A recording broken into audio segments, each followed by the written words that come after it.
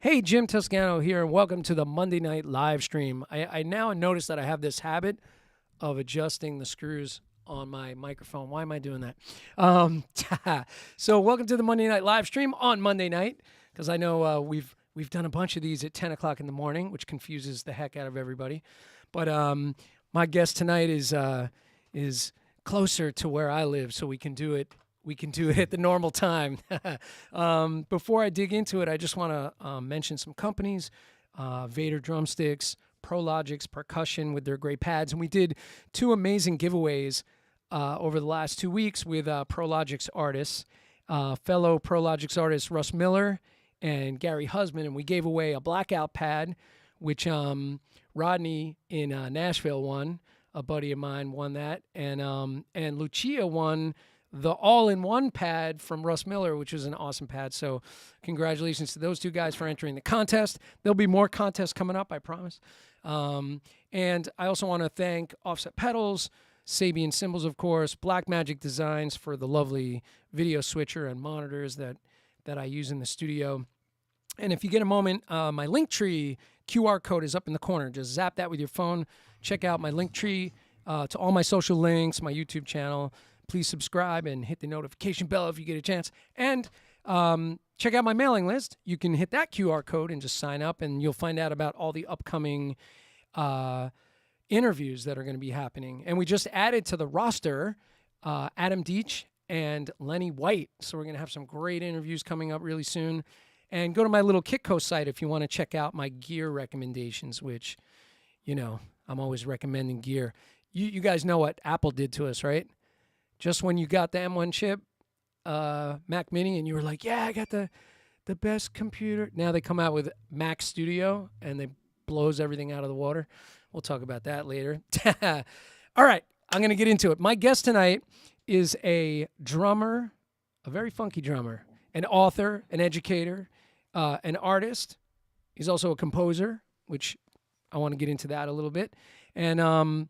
And he's written some incredible books, and this is my studio copy of Advanced Funk Studies, which we use here in the studio. Awesome book, and contemporary drummer, and there's great products, and I think they're available digitally on Hudson these days.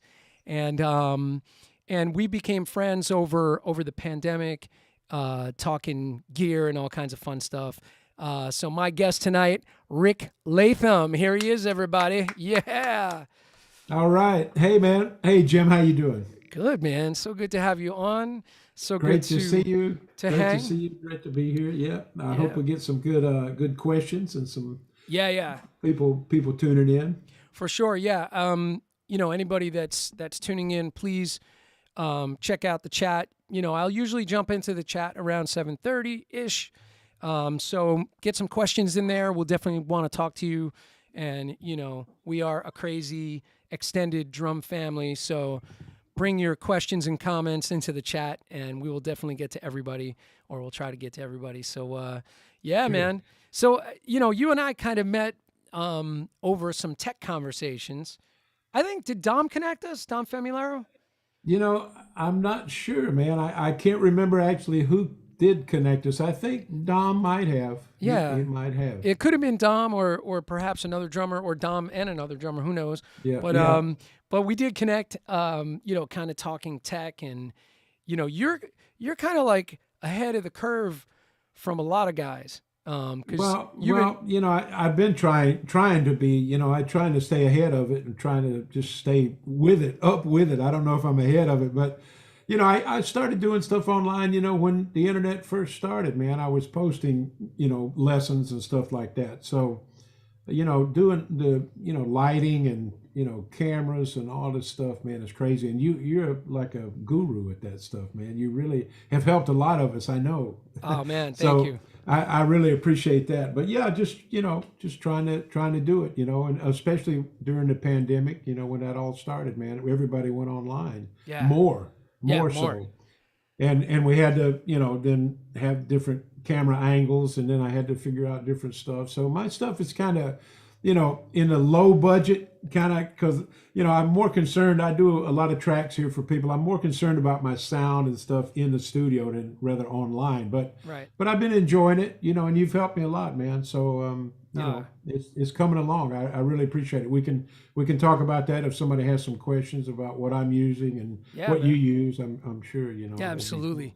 I'm gonna do some business podcasts in June, and I'm bringing in um, the rep from Black Magic Designs because we're both using their switchers, and Yeah. so we're gonna do a couple of tech nights where people can really dig into the questions pretty deeply. I'm also doing some business ones where it's gonna be Rick Drum, right? Yeah. Sure. I'm gonna have Yeah. Rick Drum on doing some business coaching, and I'm gonna have my accountant Alan Friedman, who handles a lot of drummers in the industry, Right. on. So we'll have an accountant. We're gonna have an attorney on. So we're gonna cover some of the business side of things. Oh, Um, that's cool. That'd be great, man. That's something that's needed for yeah, sure. yeah, for A lot sure. of, lot of, lot of guys, especially younger guys. So that's good. 100%. And also, we'll have a marketing guy because, as you know, man, Sure. it's a different world with trying to market yourself and being on social media and all that kind of stuff. So Yeah. there's a lot to Yeah, do. man. It's crazy now, isn't it, man? I love all this stuff. I mean, like I said, I've been, trying to be in it for a long time, but it changes so quickly, and especially tech gear. That Yeah, all the technical stuff. Is like it's like computers. Every 6 months you need a new one. So that's it. it's pretty crazy. But and your thing about the Mac, man, is exactly right. That Man. I've got 4 laptops, 2 desktops, a Mac Mini, Yep. 3 iPhones, Yeah. and 2 iPads. It's So out of control. you know, and you can use all those as cameras now. That's Which right. is great, wirelessly and all that stuff. So it's crazy, man. Yeah, But yeah. I'm still using a lot of, and we've talked about it. I'm still using a lot of USB stuff Right. that still works really great. And I actually, man, this is not really meant to be a plug, but I just wanted to show something Yeah, man. that is really interesting that I found. I'm using some of my Macs are older, man, and I found this thing that is a docking station Right. that adds a bunch of ports to a Mac that like might be from 2015 or something like that. That has a bunch of USB kind of things. Is that a Thunderbolt connection? Yeah, it has everything. Yeah, It yeah. has it has video, double video, dual video display output, I might as all well this show kind the of one stuff. I use. This is Yeah, the Cal yeah. Digit docking station, Well, TS3 from Cal Digit. And this has well, 15, whoops, there it is, 15 different connectors on it. yeah, that's great. Same kind of thing. Yeah. This thing, man, this computer right here it's docked into that, and it just docks into the back and plugs into the side, so it plugs Nice. into one of the video display, one of the USB, and one of the other whatever the connector is on there. Right, right.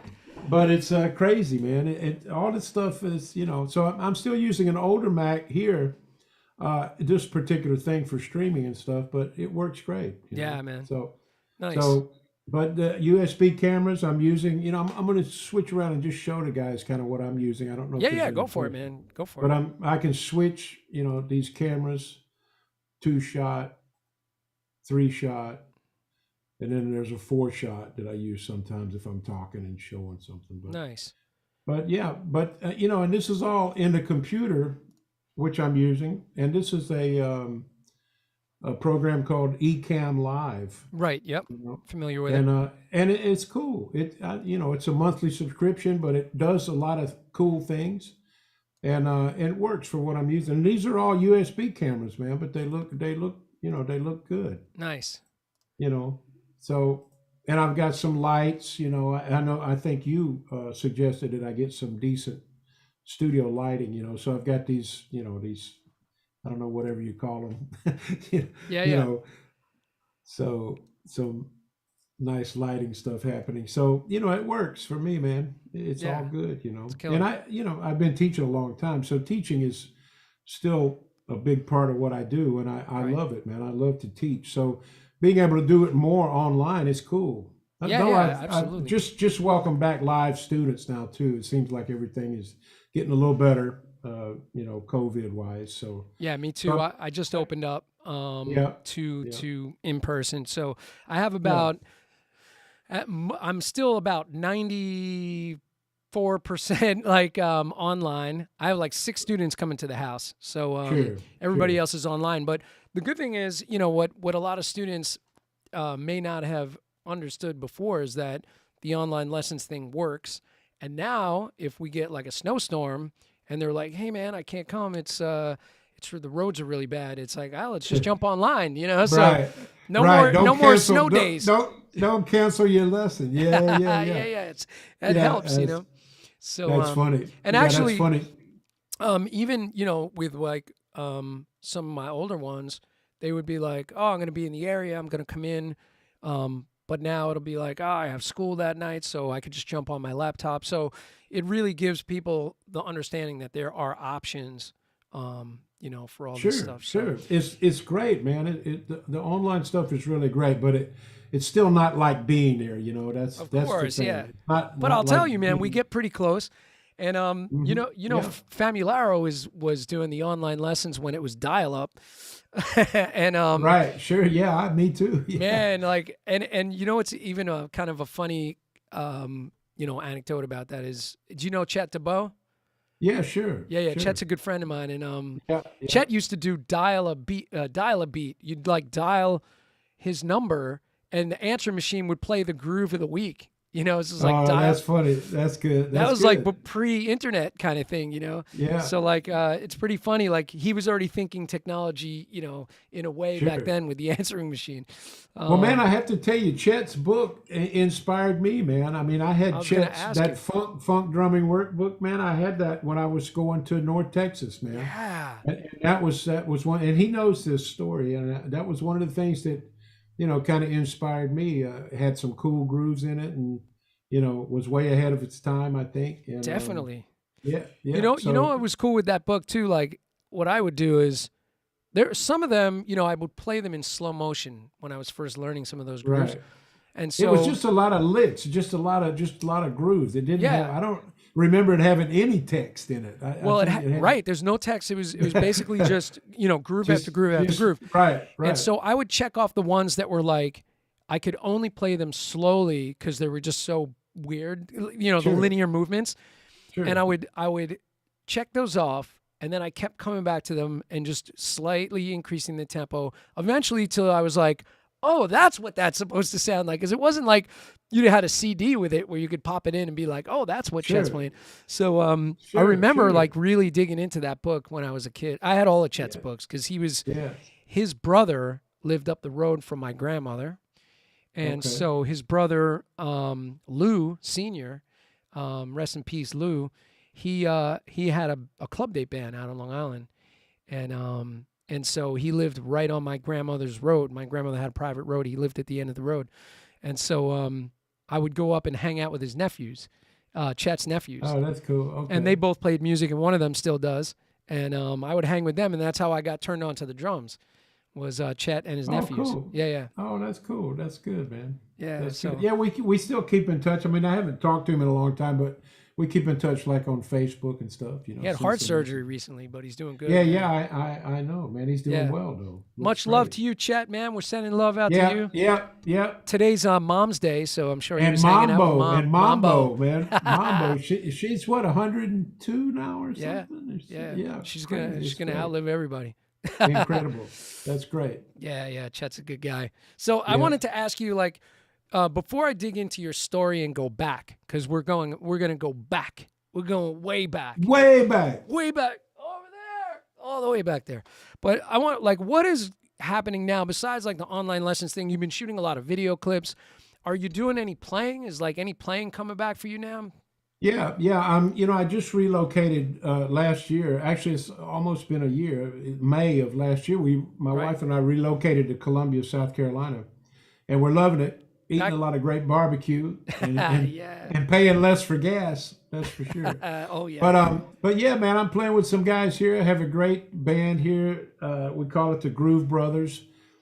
great kind of blues, funky New Orleans kind of thing, and yeah, playing around the Carolinas, so that's been going really well, and we got some things coming up later in the spring, getting busy again. It's kind of slow over Christmas and stuff, but before Christmas, man, we were playing a lot. Nice. So it's starting to pick back up, and I'm getting clinics now, booking Good. clinics again. Things are opening up. So yeah, I'm still playing, and I would actually love to go back on the road. I'm always looking for, road gigs and stuff again. But Yeah, yeah. doing tracks here, so Yep. I'm staying busy, man. I do a lot of tracks for people here. I'm working with some producer, one from Italy, one from Germany, Nice. and do a lot of kind of vanity tracks, for people doing little records and stuff like that. Nice. But I have a good setup here, That's it's working great. good. So it's great, man. We love living here. I love being. I was actually born here. Yeah, It's you're back funny to your that, roots, that man. yeah, it's funny that I had really no intention of moving back here, and that's really not why I moved back here. But we had this opportunity to buy this beautiful property back here, and man, it's another funny story too. Kind of dovetailing into this, um, that my one of my teachers from North Texas, man, drum set teachers, Jim Hall lives here now. He Wow. he left he left North Texas when I did, and he came and got the job at University of South Carolina. Was a percussion instructor, and retired. He was there for like 26 years or something. So Jim was one of the main instigators of me writing the book. He was, Wow. and I'll tell more about that story. But he was one of the main guys at North Texas that said, "Man, you should write a book with this stuff."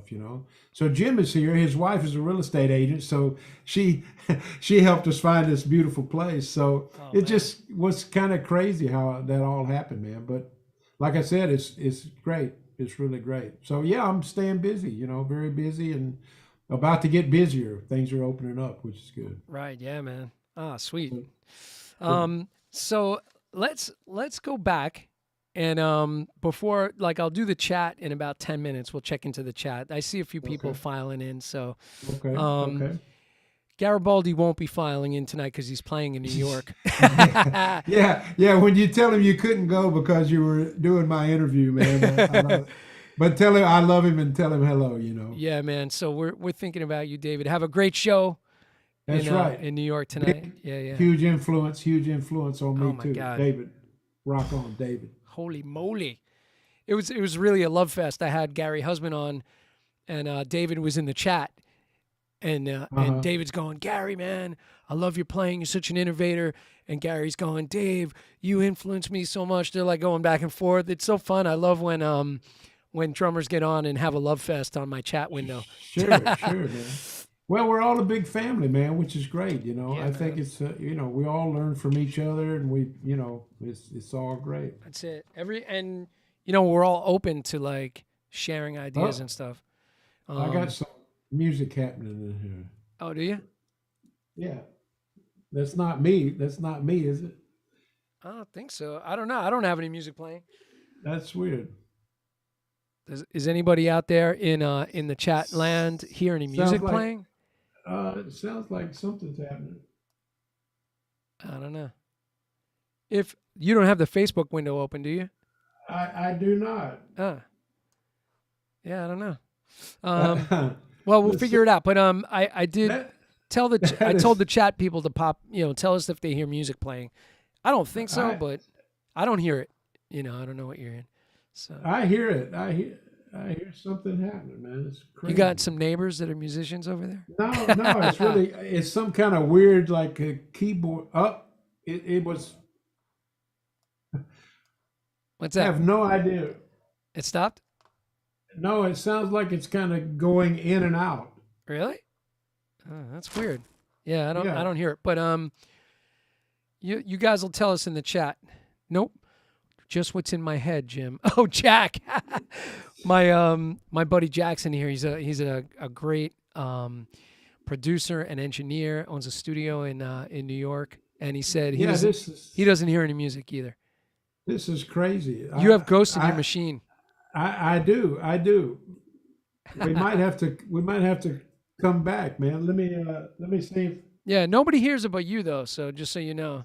Yeah, but I have no idea. Nothing's playing in my. Yeah, yeah. It's very loud too. I don't know Oh, what's is it? happening. Oh, that's Yeah, weird. yeah, All right, so maybe you want to yeah. Let me just come. yeah, you Let me could just. fix it. I'll vamp for a Can little I while. can I rejoin? You just rejoin the meeting. Yeah, sure. Yeah, you could do that. Okay. Let me check. Yeah, I don't know what's happening, but I hear it's weird. It's like a Yeah, nothing over here. this really strange keyboard thing happening. Yeah, yeah. All right, you could jump out and jump Okay, back in. I'll be right back. Yeah. Hey, so I'm gonna while Rick's resetting, I just wanted to mention "Hit Like a Girl" because I forgot to do that before. So I'm really proud to be a host. I'm not a host. I'm a judge on the "Hit Like a Girl" contest. So I just want to mention that you could see the little logo next to my head. So check out "Hit Like a Girl" and get your votes in. I think we're just wrapping up the under 13 category. Man, there was a lot of entries, little ones like 7, 8 years old that were like crushing it. So it's really fun to hear all the ladies of the drum coming in and playing and you know doing their thing. It's been really fun. So I'm really proud to be a judge for Hit Like a Girl, along with a tremendous amount of talented drummers that are judging this year. So I just want to mention that. And as soon as Rick comes back in, I'll bring him back. All right, here we go. You ready? We're gonna admit Rick. Let's see what happens. Here he comes. Oh man, this is this is really strange, man. I have no idea what. I don't know, man. I you know It, me and everybody out there in Facebook land is not hearing it. okay, yeah, and it's something I have no idea what kind of music it is. It's some kind of ethereal. That's weird. Maybe It is. I've tried. I relaunched my. I have no idea what's playing. um is there I'm any very sorry, man. No, Very that's all sorry. good. This is. We'll Maybe figure it out. We'll figure can it you out. switch microphone sources in Zoom just Uh, momentarily, like maybe like a well, different mic mm, mm, or different preamp?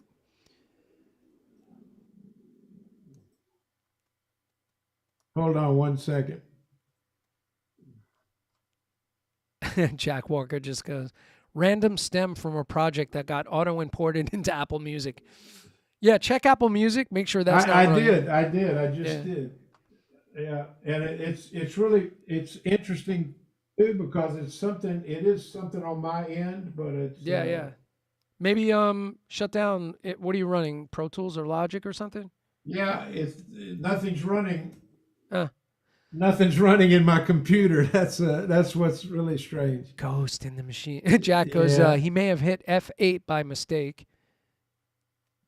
What does Re- F8 do, Jack? Maybe on iTunes, he said. No, not iTunes. Yeah. It's this is really crazy, man. I've never had this happen, and I don't know what's happening. I And don't know. I even relaunched my my streaming stuff, and it's still happening. Huh. But You have a couple of oh, play pause. F8 is play and pause. That's funny. and also uh, yeah, it's really crazy. Okay, it has stopped now. Whatever it was, I hope it Don't doesn't. touch any buttons. Yeah, yeah. No, that is crazy. I don't know what. I don't even. It's not even something I wrote or some tune that I know. It's Not even just something that you wanted us to hear. no, no. But I'm glad you didn't hear it because Yeah, we didn't hear it. it was like a dream sequence or something, man. I don't know if it really strange. So let's Nico, continue on. Nick Capullo said it's the Russians. Sorry about that, man. I'm sorry about that. But that was crazy. I still have no idea what that was, and it's stopped now. So Thank goodness. yeah. So that's cool. You Well, still got me. You still yeah, I got still me. got Okay. you. and everything. And actually, Okay. now we're back to us. So here's the two shot. All right. Hey. Okay. So you know what we'll Okay. do? Why don't we just do a real quick check into the chat now, and then we'll get Okay. into Sure. we'll get into the story. So Let's see. Back from the very beginning, of course, the very first one in, Lucia Seminara. Hey, Lucia, how you doing? She's one of my students saying good Lucia, evening. ciao, ciao, Lucia. Yeah, Lucia Rose Seminara. Now, if that's not an Italian name, I don't know what Very is. good, very good. Her mom's name is Diana. They make amazing baked goods that they send me from time to time. Okay. The second one in is my mom. My mom's in here. Hi, Beautiful. Mom. All right. Hey, Mom. Hey, Mom. Mom's hanging with us tonight. Awesome. Very good. Third in, Ross Amoroso. What's up, Ross? How you doing, brother? Hey, Ross. Was Dial a Beat listed in Modern Drummer? I don't know, Ross. I know that. I think maybe it was. I think I might have been. remember seeing that. Yeah. Yeah, Jeff Indicay did a thing too. Oh, Barry just said that. Barry said Jeff Indicay also did Dial a Drum in Long Island. So that's pretty funny. So Okay, Jeff was doing one. Chet was that's doing true. one. That's true. Maybe that's the one I'm thinking about. Yeah. Was Dial? Pat Ross saying hello, Jim and Rick. Looking forward to tonight's show. Awesome. Jim Royal hanging with us from Connecticut. Jim Royal's a great educator and percussionist and drummer and all around amazing guy.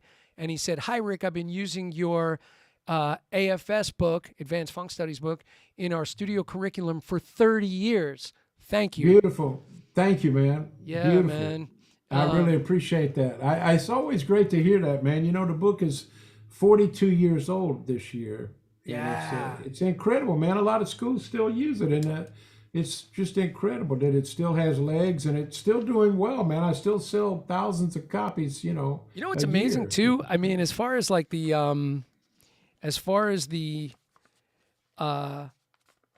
engraving, what Hey, was this man, done with? I did every note in there by hand. This is bro. all by hand, right? all by hand. Every note head, Holy moly. every fucking thing is by hand, man. I'm telling you. What I used a ruler and did the note heads. Used the ruler for the beams. I printed a bunch of paper with staffs, and man, just crazy. I cut all those things. I was really obsessed when I did that book, man. Yeah. I can't- You would I have to mean, be. You would have to Yeah, be. it was crazy, man. I There know was how no much work it is. Yeah, there was no software around to do that, and Fine. I just really was just really driven to do it, man. It was, thank goodness, it came out at the right time. That's the Indeed. thing, and what's interesting, I mentioned Chet's book, didn't have much text. My book, actually, the funk book doesn't have a lot of text, but my contemporary drum set technique book, which, a lot Yeah. of people know also, Yep. the second book, this has actually a lot more text and explains how, and, I come up with my linear concept and stuff. So Cool. it was interesting, man, that the book was, just came out at the right time. But yeah, there was no software, no finale, no, You know, you know, when no when Ted Reed did Ted Reed Syncopation, it was like a typewriter that had right. notes. There was, yeah. And the thing That's about crazy. it, man, is it costs so much. And I published it myself. So I didn't have a publisher. I published it myself. So I had to pay for everything. Well, And I Chet was, did his that way too, right? Yeah, just got out of school. I just got out of school, so my living in my first apartment and stuff, and was Yeah. traveling on the road. So I just had to do it myself, man, and figured out. And I wanted to write a little bit differently because they were writing. They usually older drum notation, drum set notation, is the bass drum stems are down, Yeah. and everything else is up. But that was hard to read to me. So I said, why can't we just make it linear, Right. like drumming, Yeah, linear, and make it all just rhythmic. You could read the rhythmic figure a lot easier and then just apply it to wherever it needs to go. So I was one of the first guys to do all stems up notation, really, 40 years ago. So Wow, crazy, man. pretty crazy. But yeah, it worked out. But the Um, notation, yeah, everything by hand. Ross Amoroso was saying when we were talking about Chet's book, and I was talking about playing them real slow and kind of figuring out, he said that he would program them into the Roland 707 so he could hear it back to hear the intention, That's I had smart. I had a lot of guys tell me that about the funk book, man. Yeah, and bass players were using it too. to practice rhythmic, boom, bang, boom, bang. Yeah, right. Yeah, Yeah. they would listen to the cassettes at that time, Yeah. and play those rhythms, man. So it was cool, man. And it kind of, the whole idea was just to introduce guys and girls, introduce drummers Yep. to, that stylistic thing that was happening back then, especially Gaddish, Garibaldi Yeah. kind of stuff. Yeah, for sure. So, so that was the plan. Um, Anthony Cuisine is hanging with us. Good All to see right. you, Hey, Anthony. Anthony. Thanks for being here. Nick Capullo's hanging with us. Jack Walker, of course, I mentioned before. He chimed in a whole bunch. Cool. Um, didn't just get past those, all the things about the music before. Because I went back to the beginning. Steve Balgoyan hanging with us from Boulder, Colorado. Okay. Awesome, Tell them Steve. hello. Hello. Yeah, I can't see. I'm not looking on Facebook, so that's good if you can. Yeah, I'm just reading the names off. Yeah. Cool. And let's see. Oh, so two questions. One, I'll go back to Lucia asked, what inspired you to write your book besides your teacher at the time? Well, all those great guys. I mean, all the stuff we were listening to, man. At North Texas at that time, there were 3 practice buildings built only for drum set guys. Man, there were 250 drum set majors at North Wow. Texas at that time. Yeah, this was crazy, you know. And 250. and everybody was a good player. So Yeah. there were three-story buildings, and you either had a private practice room or shared one.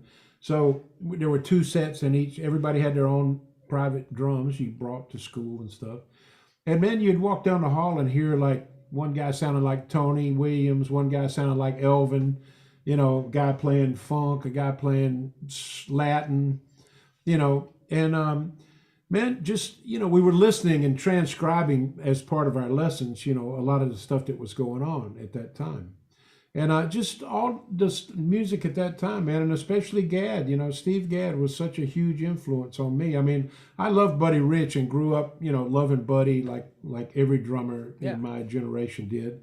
And you know, Gadd, I think, changed everything. And of course, Jeff Porcaro, like I said, Definitely. Garibaldi, Lenny White, Billy Cobham, all that stuff at that time we were listening to at that time.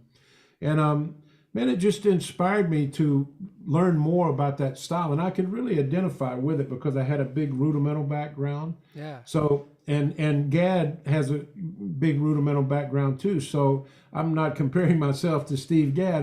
But I could really relate to what he was doing Yeah. and how he put that stuff around the drum set. So I could figure it out pretty easily. And I started transcribing. I'd walk into my lesson and before we'd start the lesson, I'd say, "Hey Jim, check this out, man." Or some kind of lick like that. Right. And I kept doing that lesson after lesson, and all the teachers, just kept encouraging me to, man, you should write a book with this stuff. Nobody has Yeah. this stuff out. So, it was just everything that was happening at that time, music.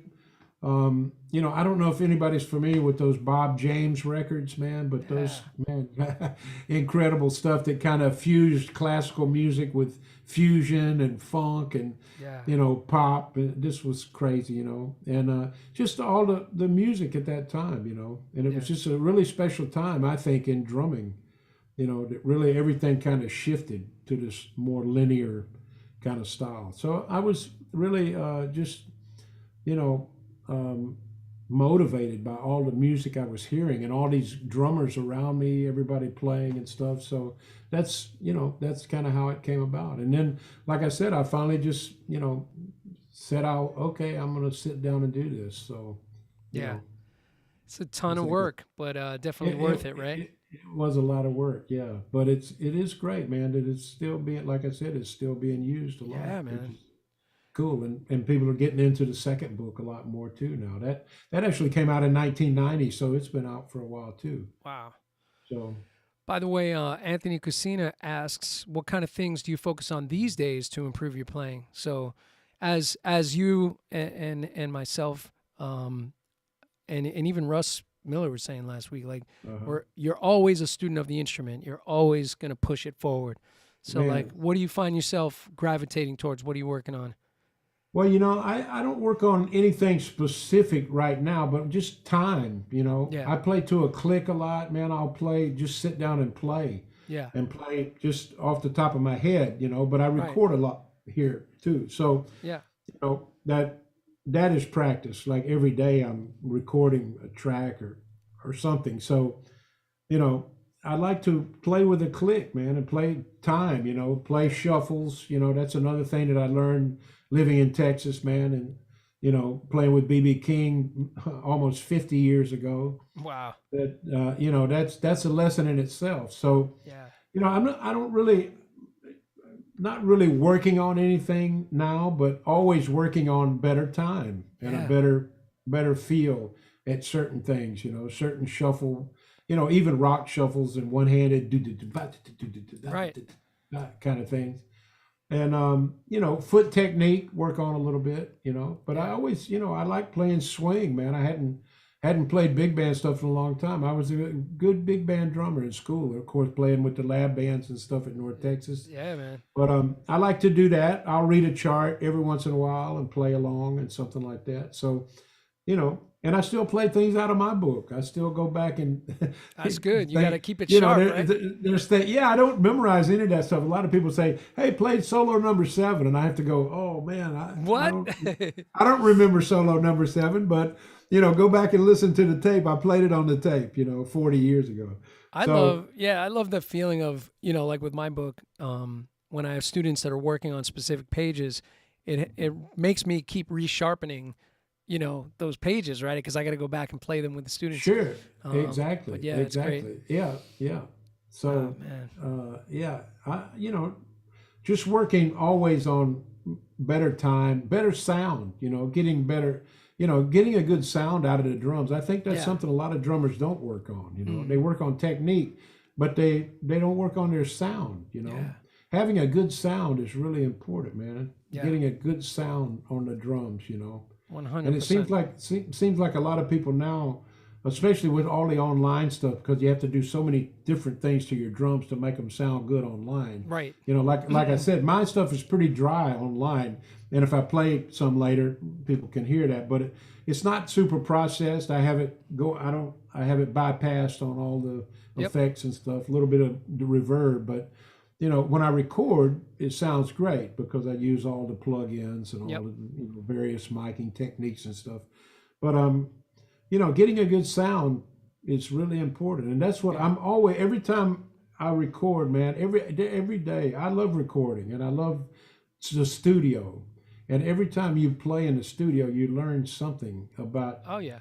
drums. It's usually the only acoustic instrument on a session or on a gig, Right. unless you're playing an acoustic trio or something. But, Yeah.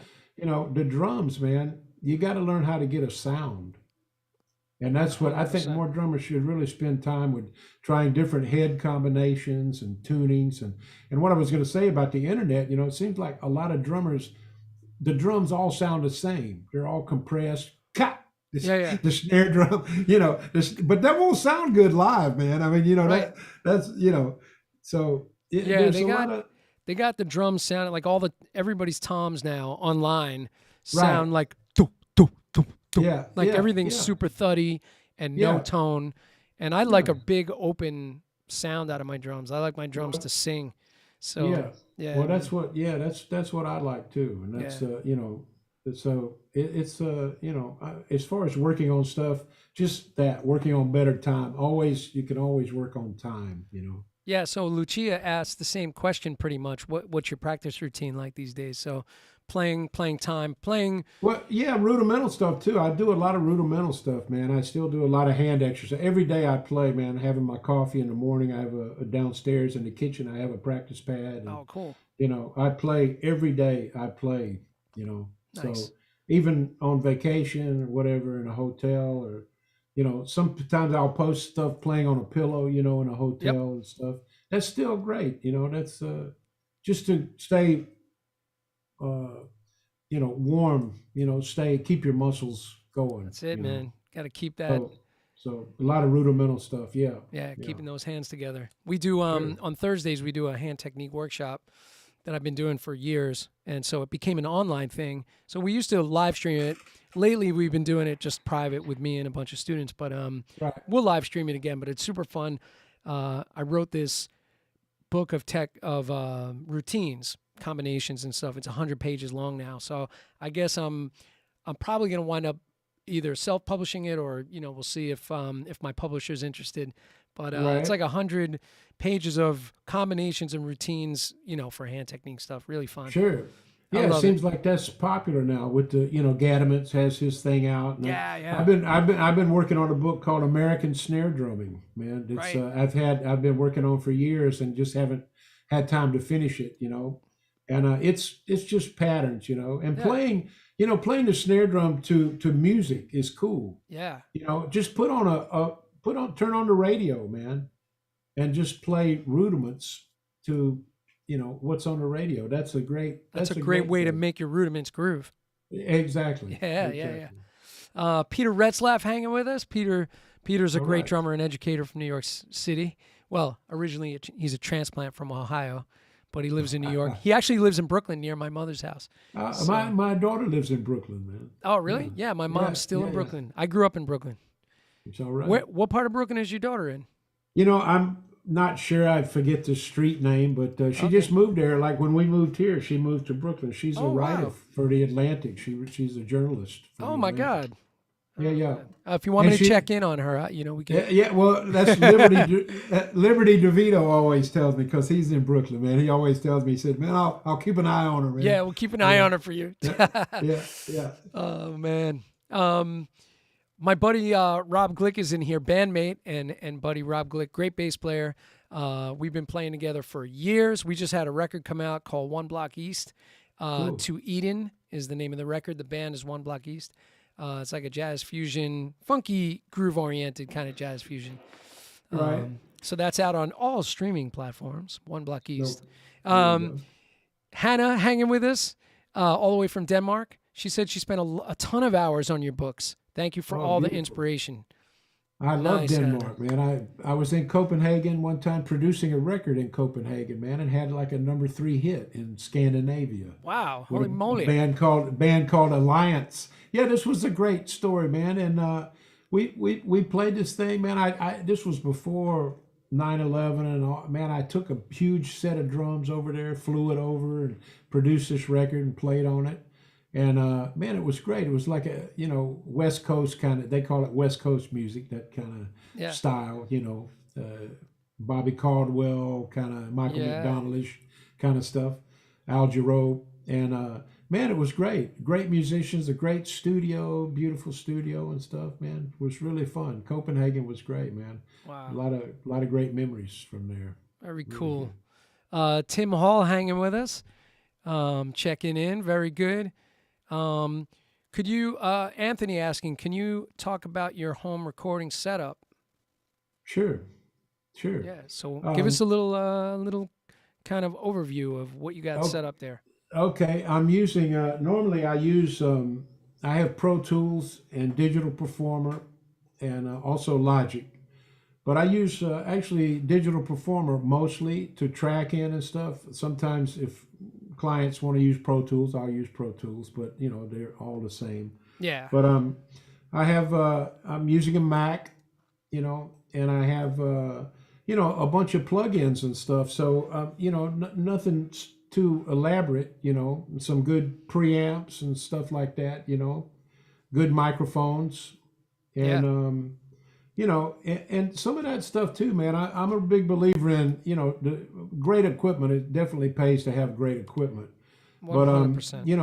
even with less than the best equipment, if you know how to use it, and like I said before, if you know how to tune your drums and get sounds, you can get a good sound. Yeah. I know, a lot of people using a lot less than things that I have, and not getting a very good sound. And I know people using a lot better things than I have and not getting a very good sound. So, That's true. it's all about your ears for one thing, and how knowledgeable you are about sound. Yeah. But it's a pretty minimal setup. I have my stuff going through the system, and I can record.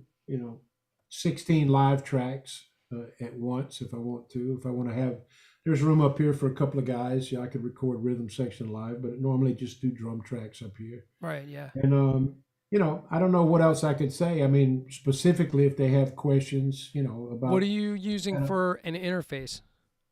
I use Motu interfaces. Nice. Actually, I've got two 2408s, and it's an older interface, but they work great. You Yeah, know, man. and I have them light piped together. Yep. And then I have this Soundcraft board, man. I love this board. It's a very old board, but I love the preamps in here. So sometimes I'll run, and I have another over in this area over here. I have another Soundcraft kind of sidecar board Oh, cool. with some really great preamps. So my mics are actually running through the Soundcraft board preamps, and then I have a couple Neve modules too, Nice. and so a couple of the drums are going through the Neve, and and then into the computer. Right. So you're going It's through the Neve and then into your Motu. into the yeah, Yeah, that's cool. yeah, just as a line in, yeah, yeah. Yeah, that way you get those So warm preamps. Yeah. yeah, and I know some people don't like that. Some people think, well, you went through the preamp and then you going through something else, so that negates that. Which I don't know, but it still sounds pretty good to me, and people are happy with it. People think I get a great sound. Like I said, I've done records and TV shows, themes, and soundtracks, and movie stuff. And it works. Yeah, man. But that's and I have AKG, Sennheiser, Shure. Right. A lot of various microphones and stuff. Yeah, me too. But That's something I love, mixing, matching different man, mics. yeah, Yeah.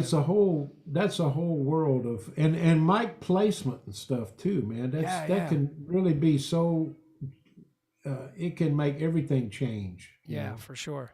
So it's an interesting process. But like I said, every time you record or move a mic around or try a different mic, you learn something different about the acoustic properties of the drum set. And that it's a tough instrument to mic. Yeah, it is.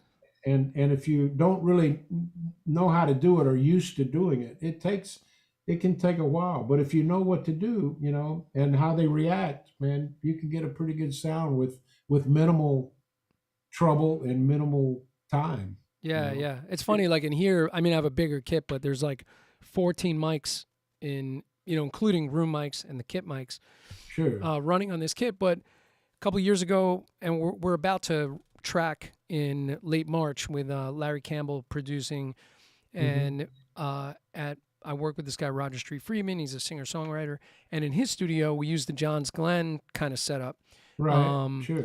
Minimal miking. Minimal Hmm. miking, right? And they get an amazing sound, but they also have like really high end microphones, Right, in a great room and probably, a great and room. yeah, Yeah, all that matters. My that's my it. room here, is pretty dry. It's not super dry. I don't want it super dry, and I didn't soundproof it because there's about, I don't know, about 40 yards between me and the neighbor. So Right. it's they're not right next to me, and they all love it. So and I don't play that late at night. So and this is a room over the garage. I've got two kits in here, Yeah. and this DW kit. You can see this is my kind of normal setup, Yep. and this is I'm using, there's 12 mics that I use normally on the drums. Yep. I see some So each, autics, right? what's that? I think I see a couple of autics. No, those are AKG Oh, on AKGs on the toms. on the Yeah, toms. yeah, yeah, Cool. yeah. Those are some AKG, and some Shures. I got some Neumanns overheads, and, you Yeah. know, and then I got a couple room mics. So Right. Yep. and I don't think close up. You can't really, nothing really.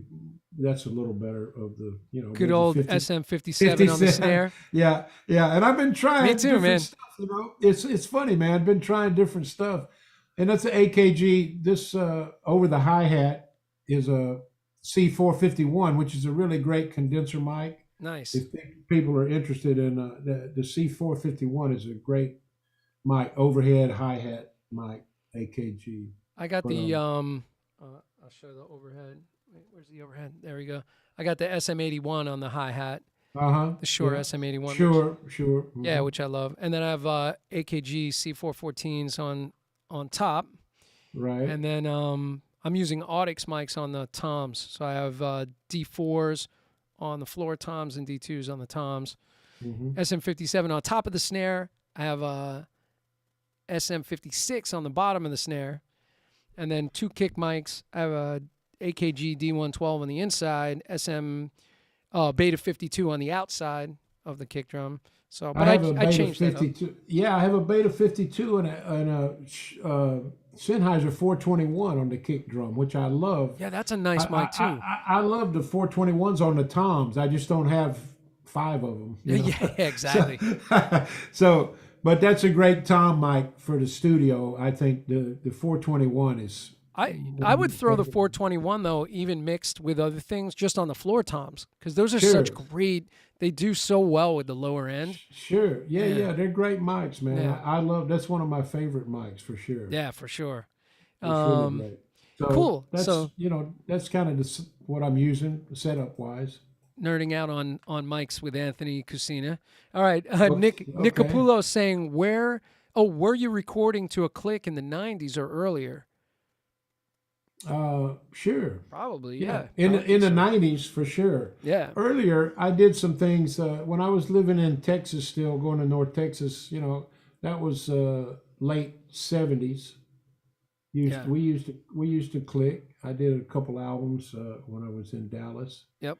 and used to click for recording.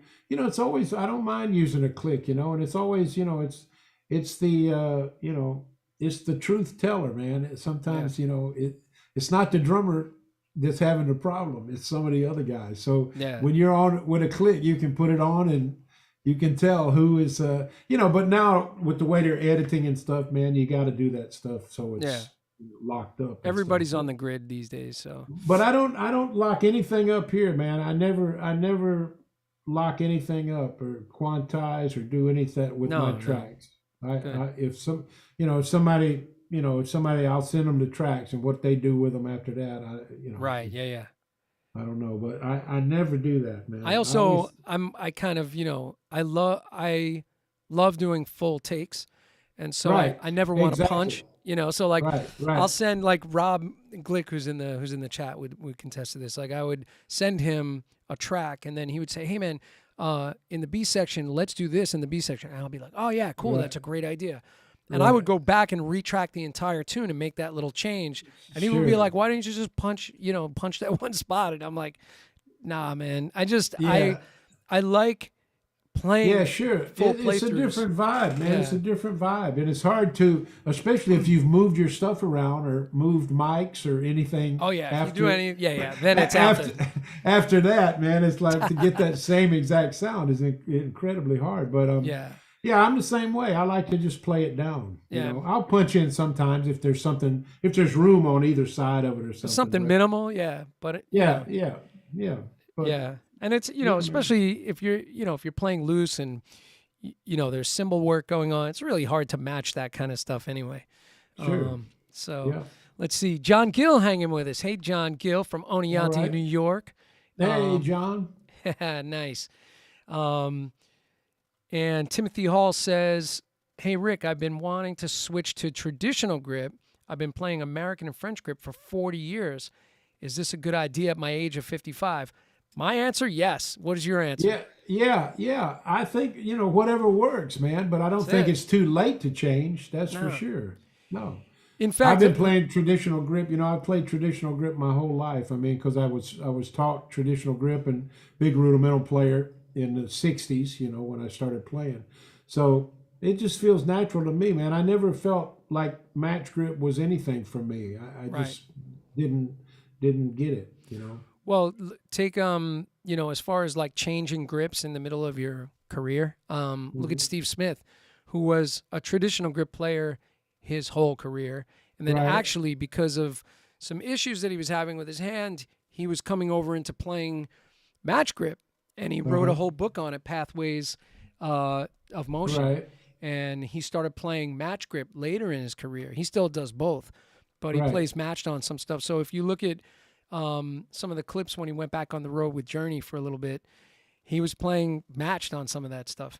Right, I right. did see Yeah, him. a lot of guys, switched, I think, to match grip, Yeah, especially like, well, either younger guys or older guys that wanted to play harder yeah, and get a harder backbeat kind of sound. But I never had that problem with traditional grip because I played with a lot of thumb. Really, it's a little bit different technique that I use, and a lot of guys couldn't get that sound. yeah, Playing, they just couldn't. It didn't feel good. It would hurt their hand to play like really hard. yeah, So, but it all comes from the way you're doing it. The yeah. technique. But Well, yeah, and but the I other don't. thing is I if you're squeezing too hard, it doesn't matter what the grip is, it's gonna hurt. So as long Right, if you're exactly. loose, So man, you should be fine.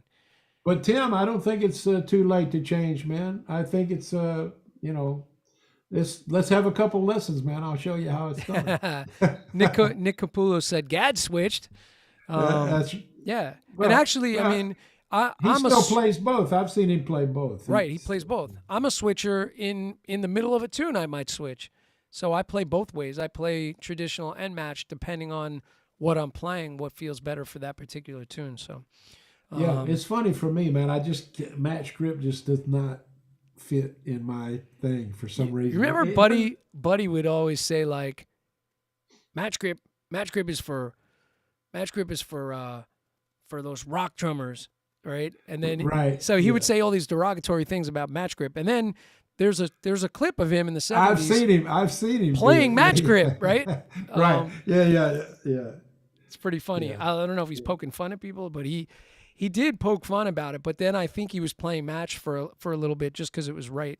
And there Yeah. are some clips where he flipped over into matched and was playing solos on the floor toms just because it was easier for Exactly. That's ergonomically. what I was just gonna say. Yeah, Yeah. like some Gene Krupa kind of sing kind of Yeah, vibe. You know. exactly. Yeah, pretty Yeah. funny, man. Yeah. So That's yeah, man. funny. So do it. Do it, Not man. too late. It's never too late. All right, so let's just dig back into it for a minute. I'll check back with you chat people in a little while.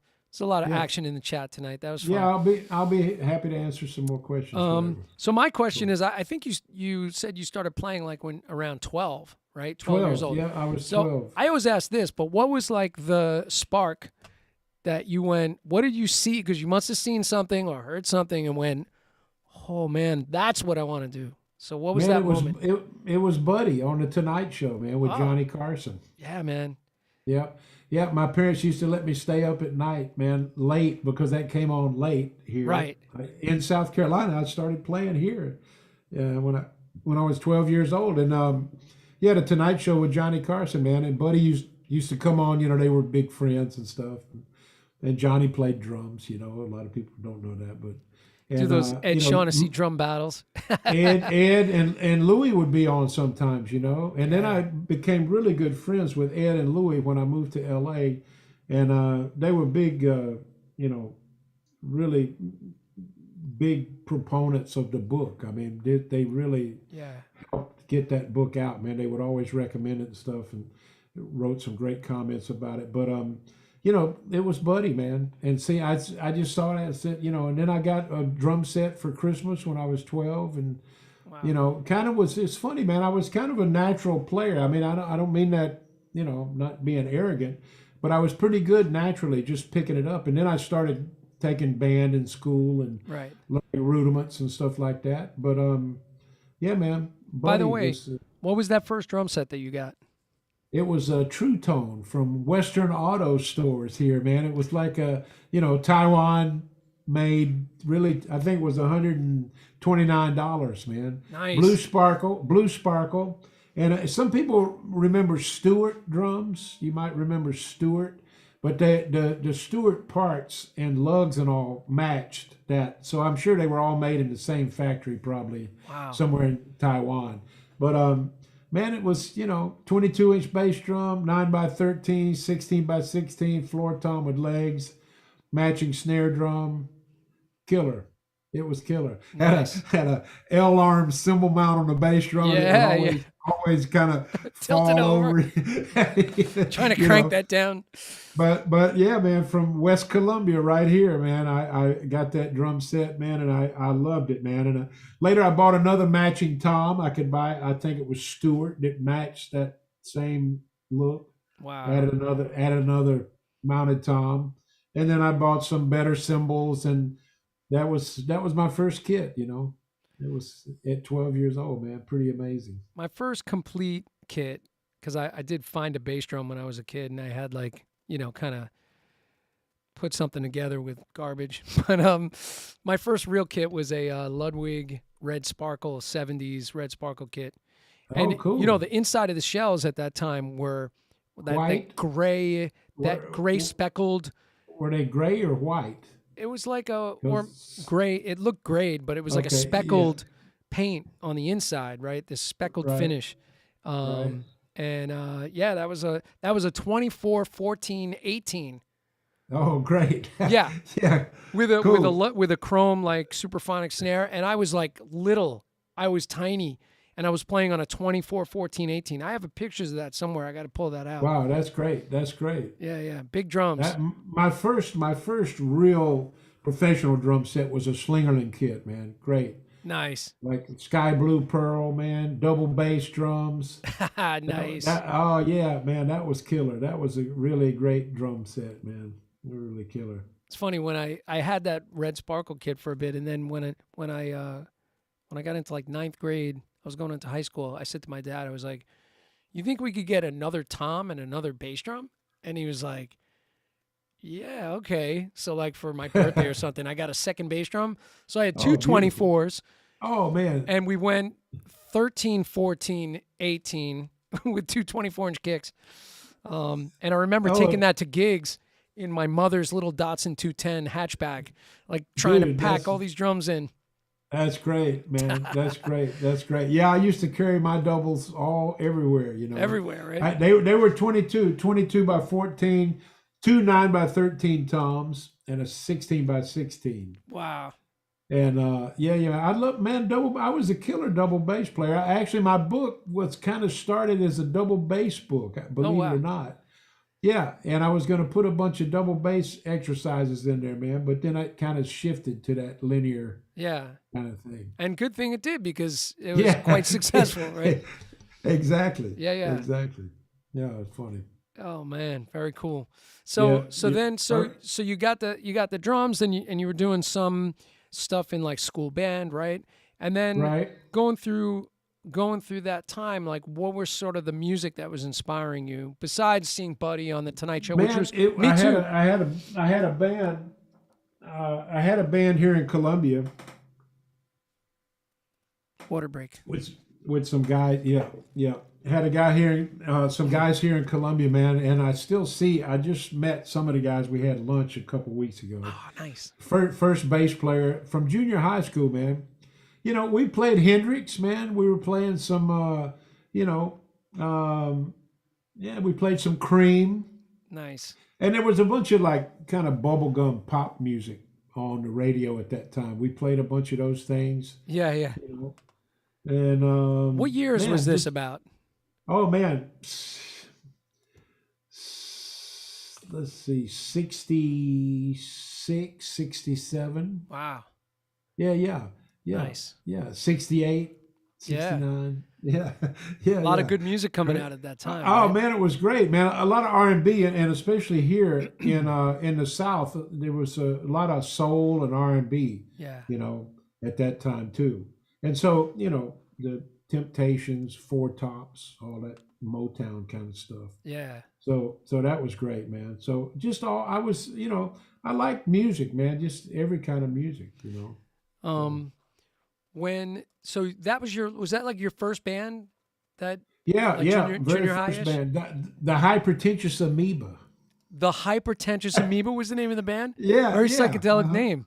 There you go, man. There you go. My my first band that was like started to do stuff was junior high school. Also, we were playing like street fairs and stuff, and we played at Brooklyn Right. College and did a bunch of gigs. And we were called Aftermath, and it was kind of a throwback to like Beatles, Stones, The Who, Jimi Hendrix. Like we were playing that kind of stuff. And What year was that? What year would that have been? that would have been, let's see, junior high would have been I was probably 12 or 13, so maybe like 79. Uh-huh. Yeah. something like Yeah, that. yeah. 79, Yeah, yeah. 80. Yeah. So Uh-huh. Yeah, yeah.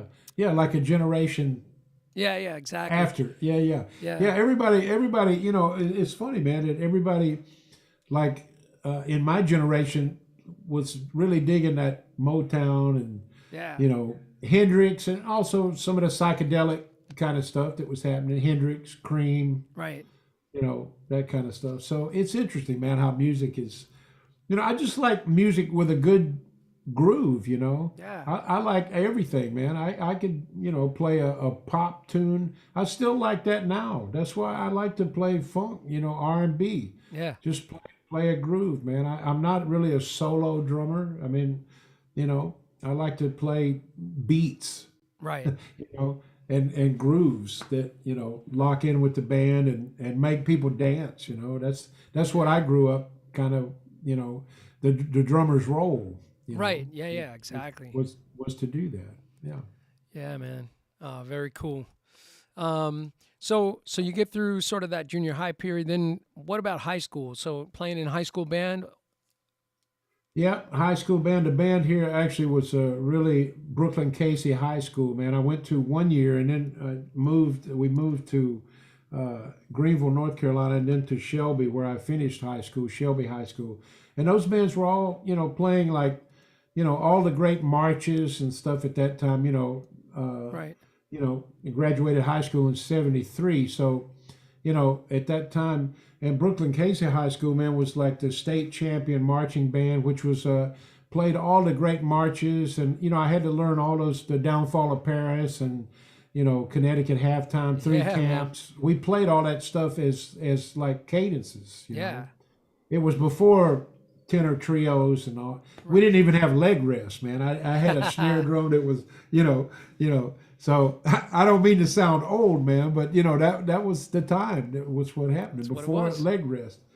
And then it's interesting at high school. Just marching band was a big influence. That kind of military style marching band, which was great for the rudimental stuff. Yeah. And then later, when I went to North Texas, man, I was actually writing for the drum line, and that's when all the Oh, cool. drum corps kind of stuff was happening. So I started writing, and that was part of my job as a teaching assistantship. I had a scholarship to go to North Texas, so I was actually writing for tenor trios and 10 snare drums, 4 bass drums. Yeah, man. So I'm really into that stuff too, drum corps style stuff too. But military playing is a little bit different, Yeah. than drum corps kind of stuff. But both of those influenced me a lot, Yeah. during my. And then I went on to study percussion and played mallets and timpani and Did you do that marimba. pre college? You did. Yeah, I know. I started that at I played some bells and stuff like that in high Yeah. school band, but there wasn't that much, Yep. to as far as those marches. But then when I went to undergraduate school, East Carolina University, man, was where it all started for me to really be a professional musician. My teacher Harold Jones there was just an incredible guy. We just celebrated his birthday not long ago, man. Oh, nice. And I went back and saw a bunch of buddies I went to school with and other graduates from East Carolina. But yeah, it was a great school, man. And that's where I learned marimba, mallets, and the musher grip and timpani and playing in the orchestra and that kind of stuff. So, Yeah. and that was one reason why I was able to get a scholarship to go to North Texas, So, Yep. North Texas is known kind of as a jazz school, but at that time, Robert Shatroma had just come and was kind of weeding out some of the guys that played drum set because there were so many guys playing drum set, and they would come out of school, they really couldn't play percussion stuff. They could play drum set. So, there was a little bit of dissension within the degree, how the Yeah. degree, what the degree really meant and stuff. So it was good for me because he wanted to make guys more of a overall percussion Right. person, not just necessarily a drum set player. So it kind of weeded out some guys, but that's how I was able to get in there. I could do it all. Yeah. I could play timpani. I was teaching mallets and snare drum. I had really good snare drum chops and was teaching marimba and snare drum to undergraduates. So Nice. it was a great training that I got from Harold. That really Yeah. great. Wow. That experience is great for all of us drummers having that percussion experience, just Yeah. opening your mind, because Well, a lot of I guys think don't know any melody instruments at all, well, so our harmony. yeah, or harmony. Yeah. Yeah, So that was a thing with me too. I didn't either before I went to college, right. and so that really makes you, I think, a better musician. A really better overall just musicality. Yeah, for You know, sure. Yeah, to yeah. to learn how to relate to other musicians and how the other instruments work in a group setting. Things like that. So yeah, it was great, man, and I loved it. I was working on my master's degree, at Right. North Texas. So that's a lot of people don't realize I was a percussionist. They think I'm only a drum set player, but I used to play a lot of shows and Yeah, pit stuff and things like that. But I could read really well, which was another good asset to have. absolutely. Important. So that's Nice. all important. The schools were great. I studied also vibes with Ron Fink there at Oh, North nice. Texas, man, and he wrote a great drum set book, drum set reading, man, which was we worked on that too, setting up figures, Right. with the big band. So all of those school days, man, were incredible, and I'm Yeah. telling everybody in school now, practice, practice, practice, because you'll never have that much time That's again. right. That's right. Do all your practicing now because you're not gonna have time Right, later. right. I used to practice 6 hours a day, man, and I know that sounds like a lot, but if you practice in the morning for a couple hours, in the afternoon for a couple hours, at night for a couple hours, Yeah. and you're playing multi percussion solos and marimba solos and vibe things, timpani things, and Yeah. orchestral things you have to prepare. It 6 hours is not it's spread out over a day. It's not Yeah. not that much. That's right. So And to all you students, work on the things that you're not comfortable with. Work on the things that give you trouble. Work on the things that you can't play. yeah, Because don't learn sit in to your comfort zone. Get out there and play the stuff that you can't play. right. That's the thing about practice. I Yeah. think a lot of people, a lot of drummers especially, don't know how to practice. Really, Right. Yeah. Yeah. they start just wailing, playing, which is fun too. You need a But you little got bit to of that, really but you got to gotta, work on something. Yeah. yeah, you You gotta need to balance it. discipline yourself to have some kind of goals, and some kind of structure to your practice for Let's check sure. the chat window real quick because it looks like there's a Okay, lot of typing Jim. going on. Yeah. Yeah.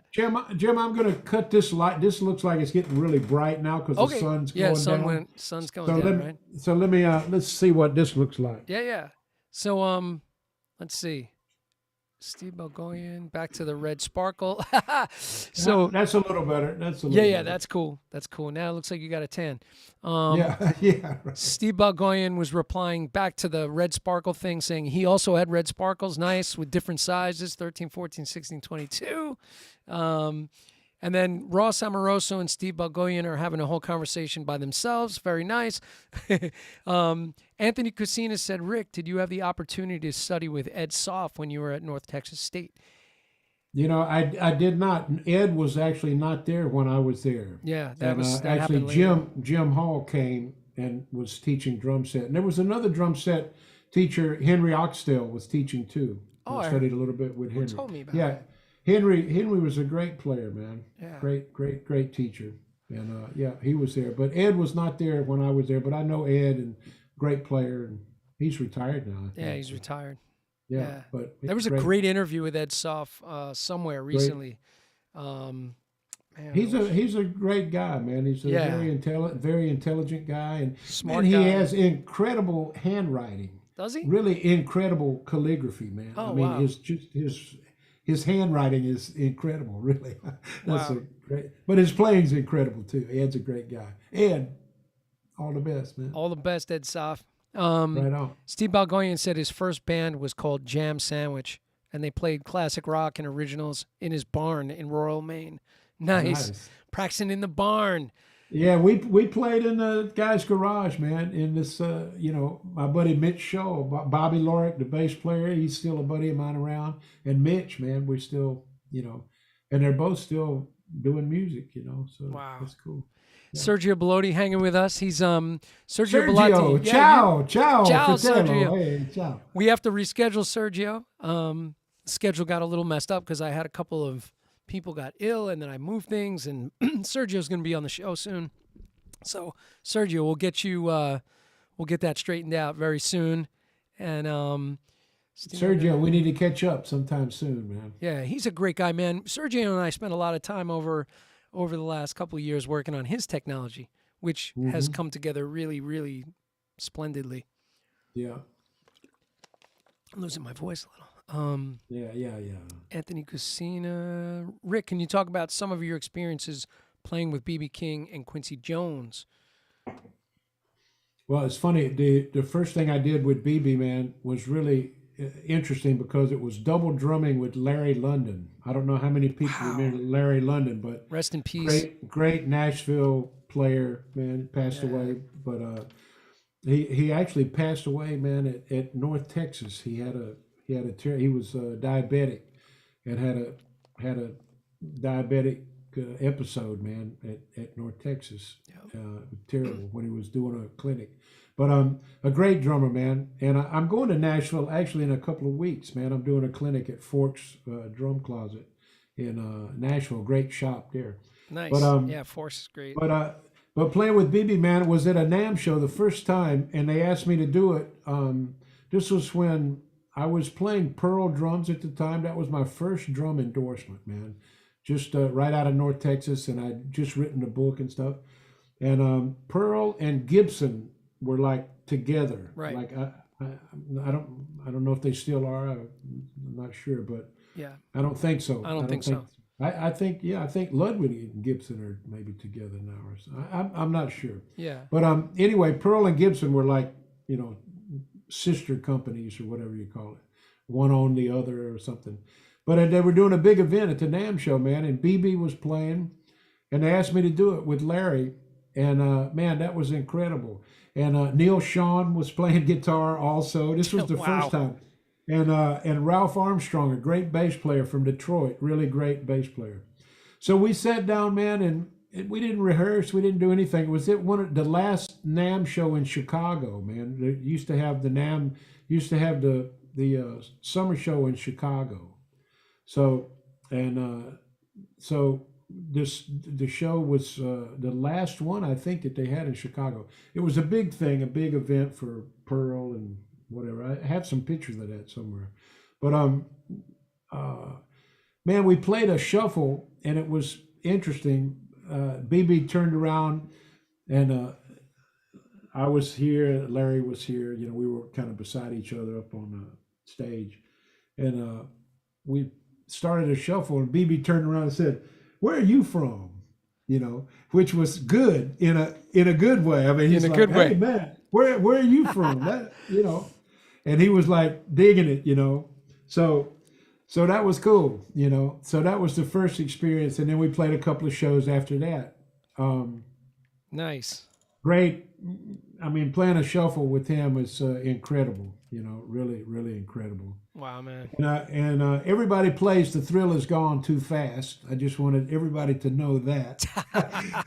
So Quincy, man, the thing with Quincy was a movie soundtrack in LA when I first got to LA. Oh, wow. And it was one of those dance movies. This was like 80.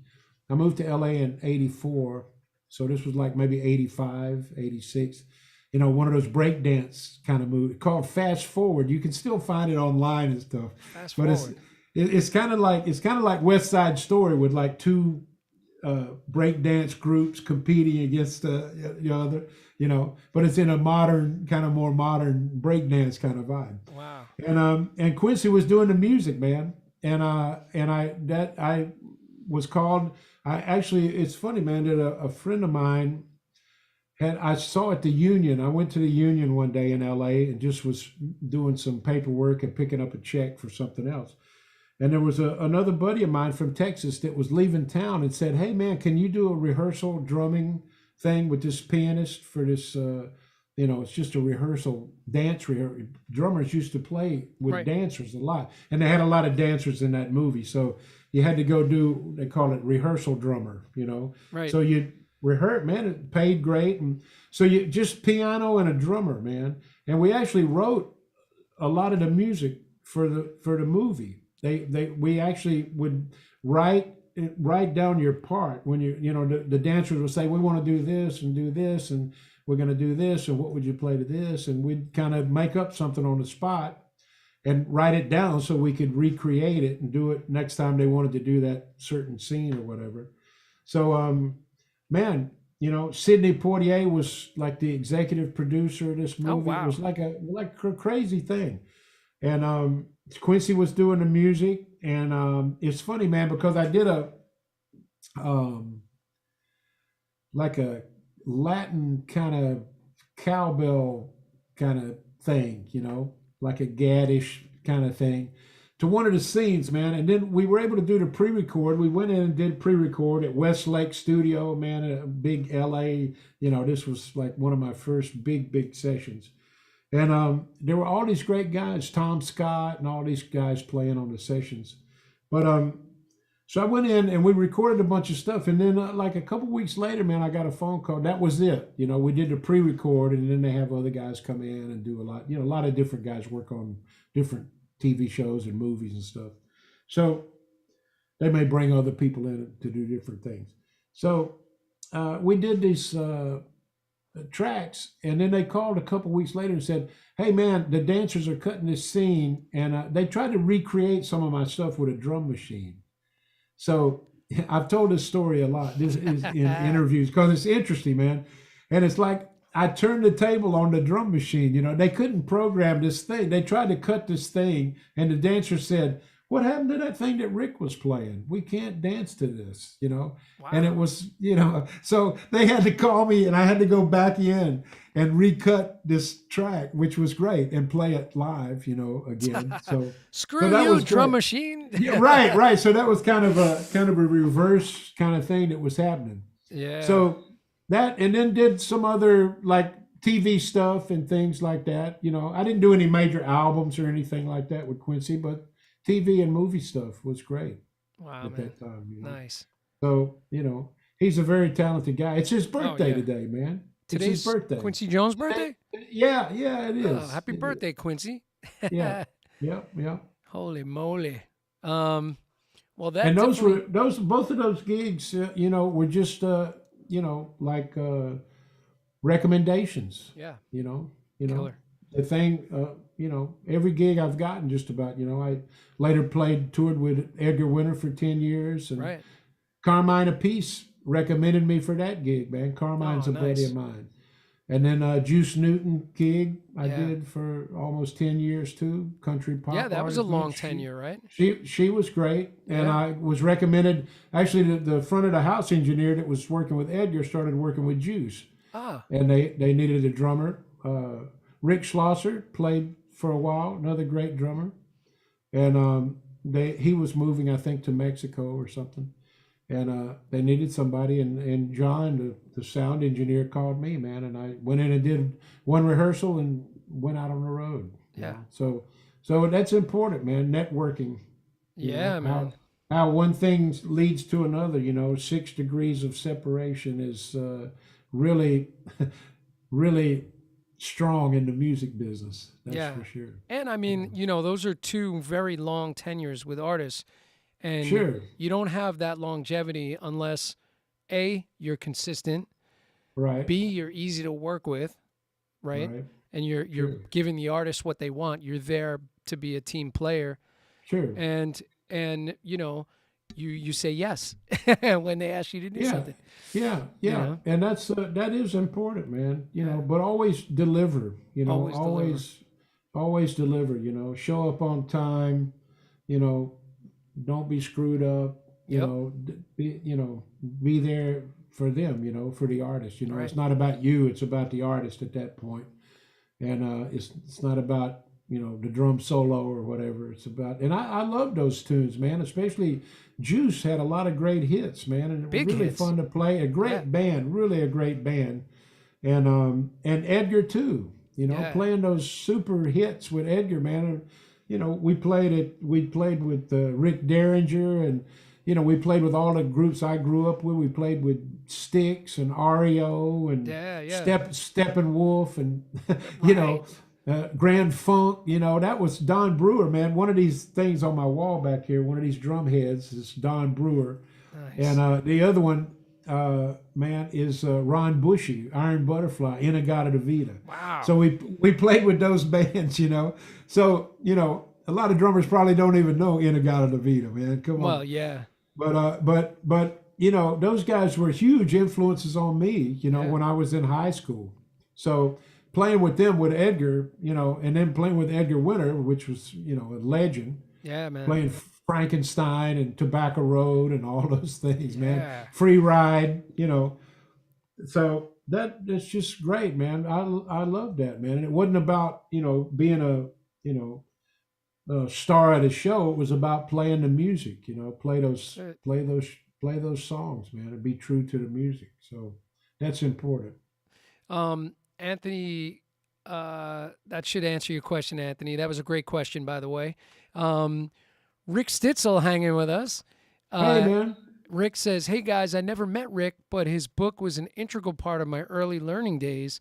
I'm a fellow North Texas guy and honored to be part of such a rich lineage. Wishing you all the best." Beautiful. Hey, Yeah, man. very cool. Thank you. Yeah, Rick Beautiful. Stitzel's a great guy, great educator, great drummer. We spent a little time together on some tech as well.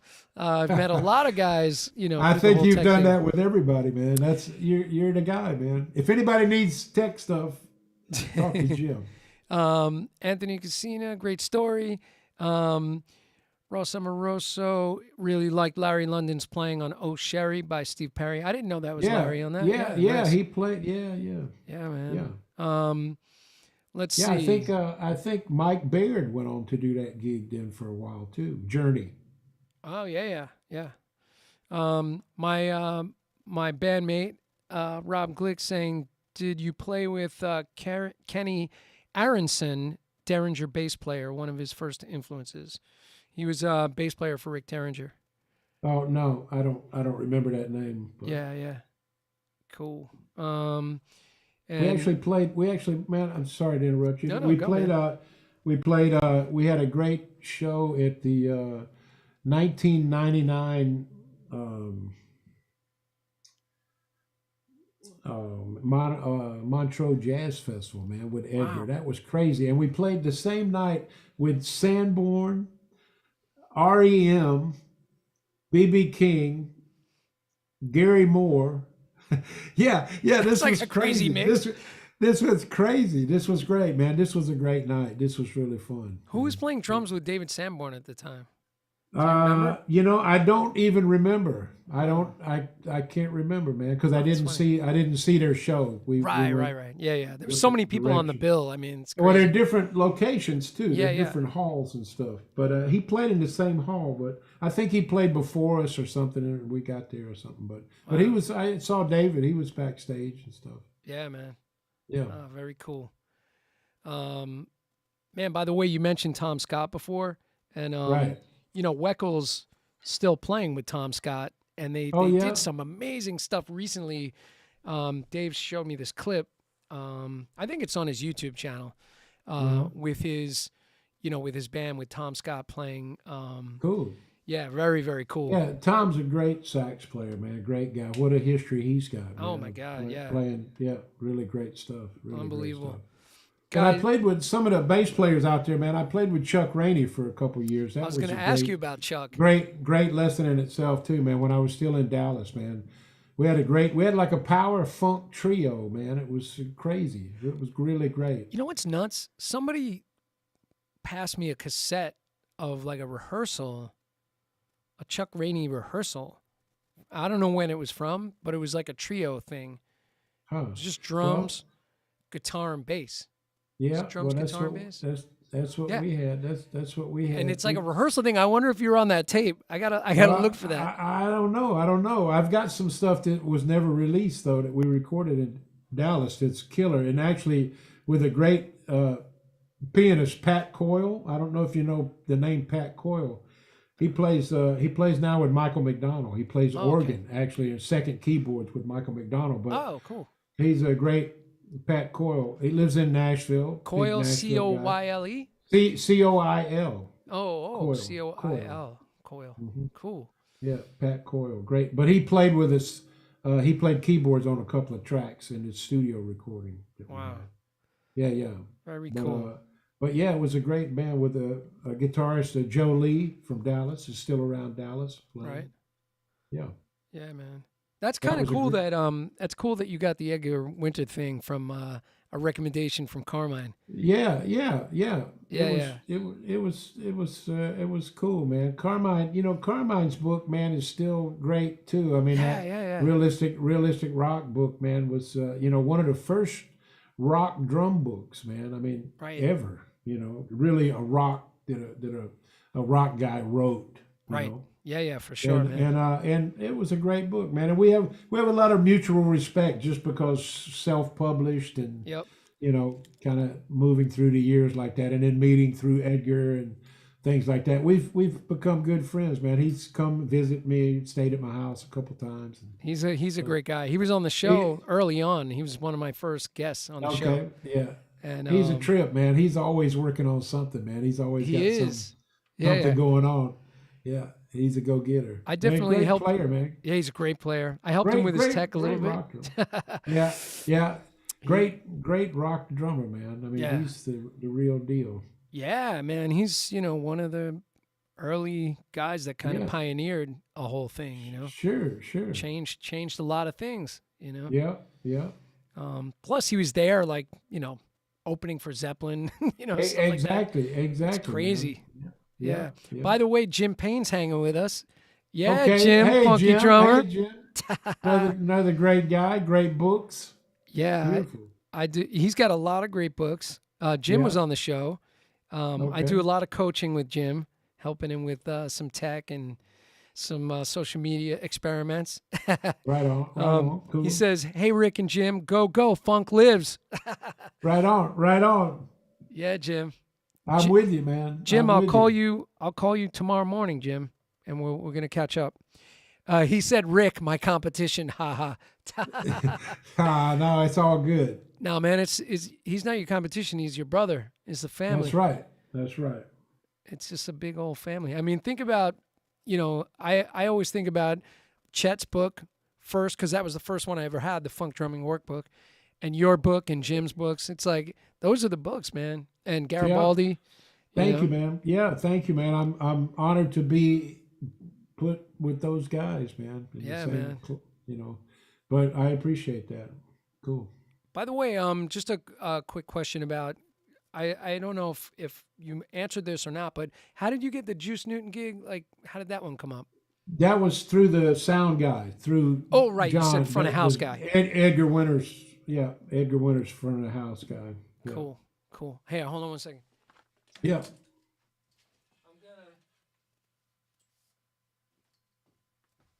I have to do a shameless Somebody plug. putting.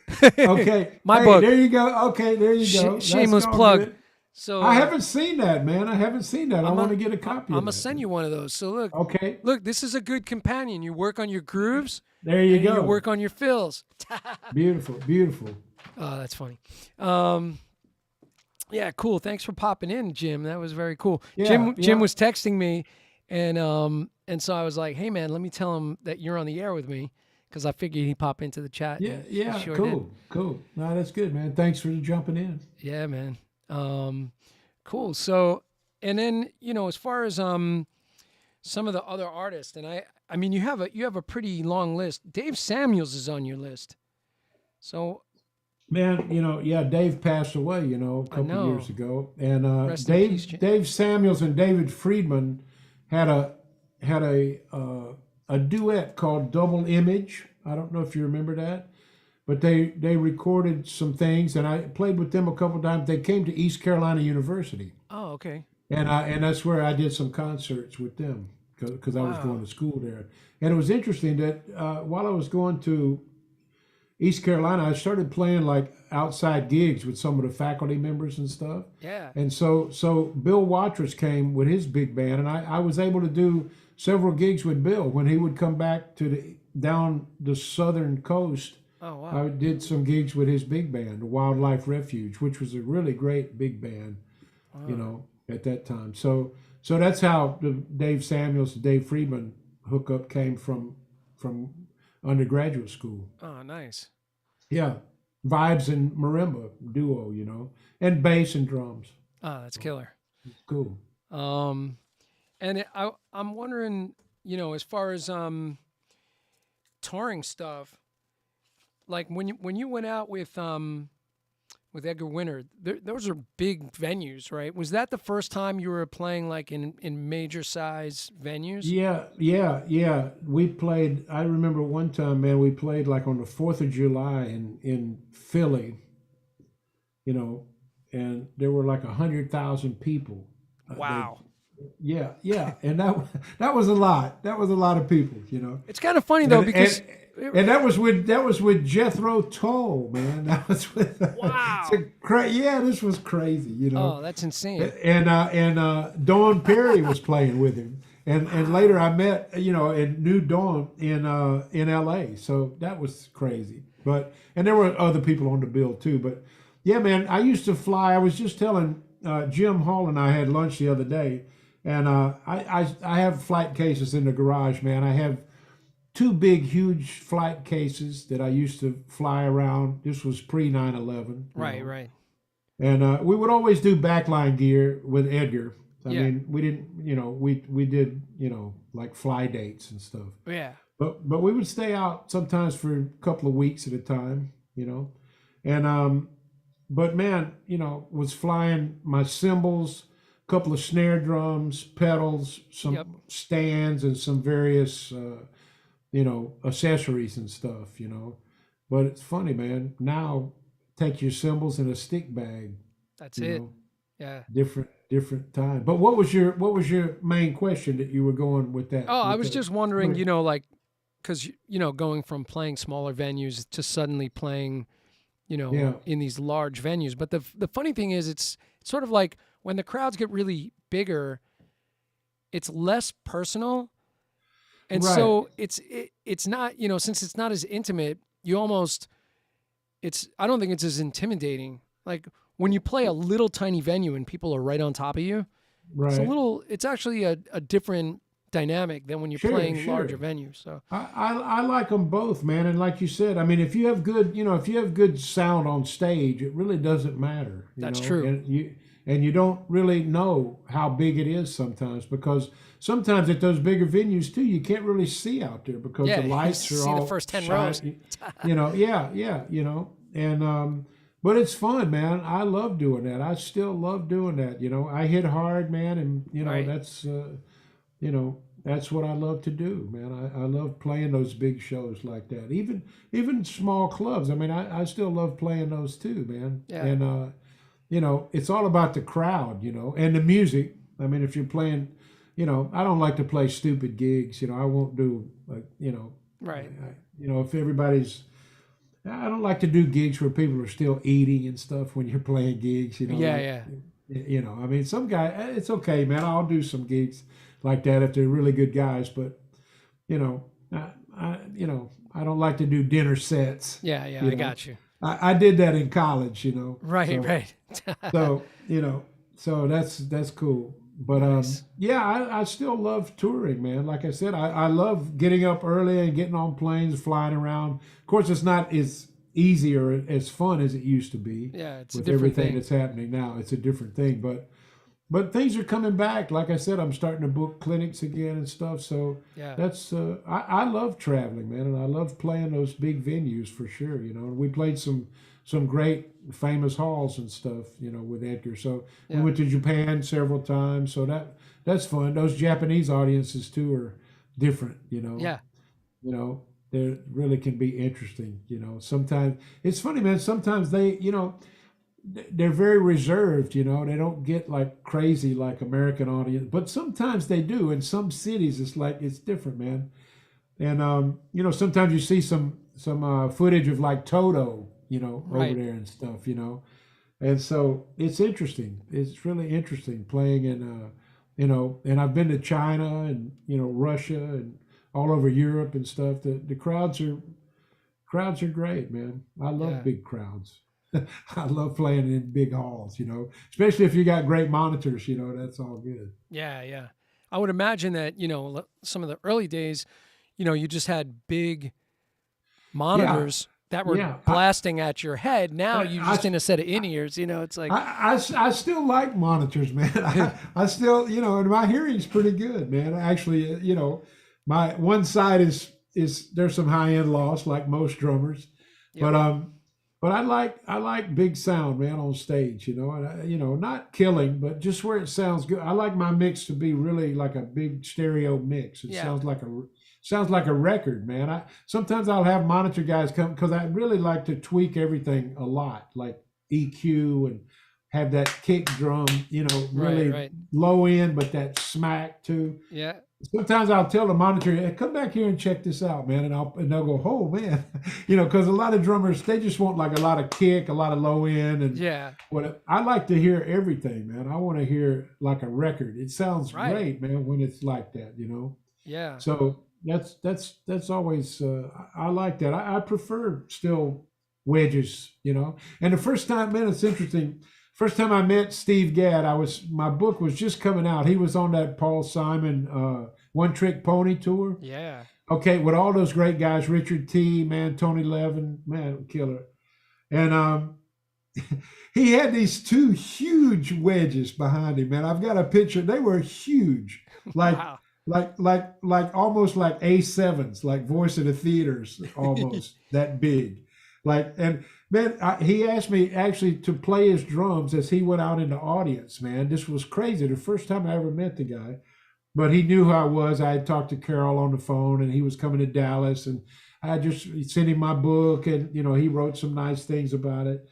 And so, man, he said, "Yeah, I want to play my drums, man." He took me up on the stage. I've got some great shots of this, man. That old drum set that he had, the first 10-inch tom with the Yeah. different lugs The weird than the rest lugs. of the drum, because they didn't make a 10-inch tom at that time, but Yeah. he had one. They made one for him. So anyway, I get up there and hit the kick drum, and it just goes like, it's just like this huge, and I was like, man, this is great. This is what I want to have, man, when I start touring. This is what I want when I grow up. Yeah, right. So that was the cool experience, funny thing. But I love good sound. I mean, Yeah. not all low end. I like the high end, man. I like to hear the attack and stuff. So Yeah, yeah. Nice. Jim Payne said that he did some recording with Edgar, and that he's a great musician. he's incredible, man. Yeah. He sings great. He plays saxophone, plays keyboards, plays organ. Plays timbales. Yeah, right. Yeah. Oh man, crazy Yeah. stuff. Crazy Great, stuff. very talented guy, man. One of the most talented guys I've ever worked with, man. Just Yeah. incredible. And sounds great anytime, man. We'd roll into a town like early in the morning from a flight late at night, and he would go do a radio interview and be doing all his Edgar Winter stuff, man, and just great, man. And he's a great guy, great. His wife is great, man. That was a great experience, really, really great. But he could sing any time of day or night, and never any of that bullshit like, oh, my voice, man, is cold. I'm too, he Yeah. never had, Never, right? never anything like that. Always 200%. That's great. Yeah, he's a rock and roll animal, man. Yeah, yeah. That's It's that's the for real sure. deal, right? Yeah, really great. Hey, Edgar, I love you, man. Nice. All right. I think I'm gonna ask you some of my quickie questions. Okay, So I got a bunch of these, but okay. so let's see. Hold First, on, one quick second. Yeah, Just yeah, go one for it. second. Go for it. 1 second. Yeah. Okay. Oh, by the way, I mean, before I do that, you want to play something for us? Sure. I'll play a little bit. You want to do it before that? Yeah, Before yeah. we- Let's okay. before we do the All right, questions. I'm you- going to switch over. I'm going to have to switch a couple things around. all right, But that's all I good. can talk to you from over there. Yeah. So, Throw hold down on whatever one you sec. want. all right. So he's getting that prepped, and then I'll put you in full screen. All right. Let's go. Istanbul symbols. yeah, all my stuff here. I can kind of go around that a little bit. Yeah, we'll give a little shout out to all your companies. You could probably hear me a little better with this mic on, Yeah, but I yeah. won't. Let me know if I leave it on because it's really distorted Yeah, yeah. Well, if don't if I leave it on by mistake. But don't worry, I'll yell yeah, at you. this is a DW Cocobolo kit. One of the last ones they made, man. It's really a beautiful sounding drum set. And I'm using, this is a regular 6.5 by 14, 10, 12, 14, 16 tom, 22-inch kick drum. I love the DW stuff, man. I mean, we could talk a little about drums later if you want, but you know, I just, you know, I really, you know, everybody makes great stuff, and it's really what kind of suits your playing and your style, you know. So Yeah, DW to me, man, it's built really well.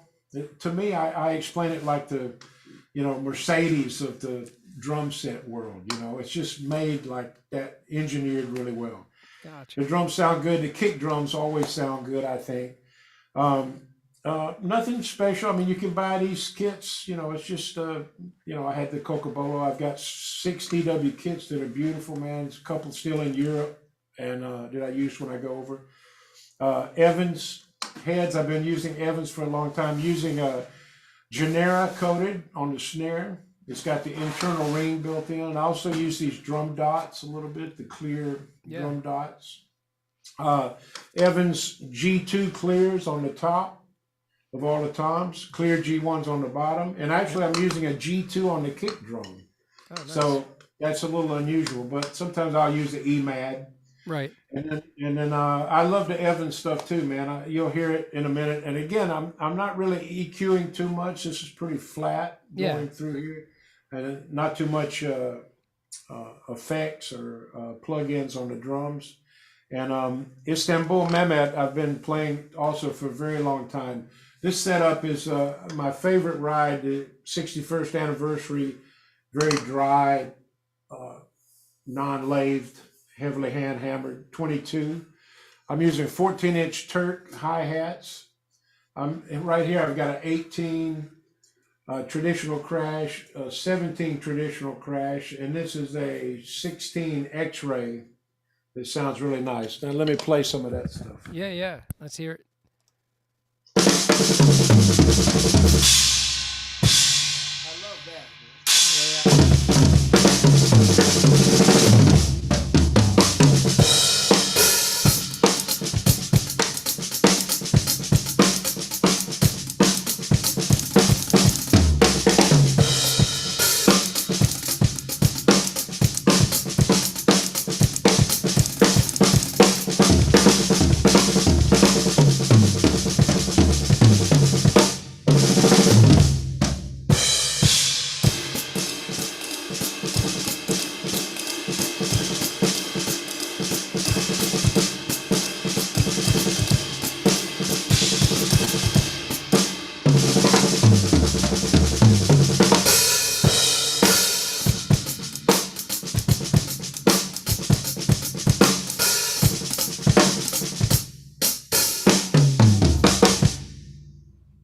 So how does everything sound? Yeah, baby. Sounds good. Sounds good. It's cool? Yeah, yeah. Very, very cool.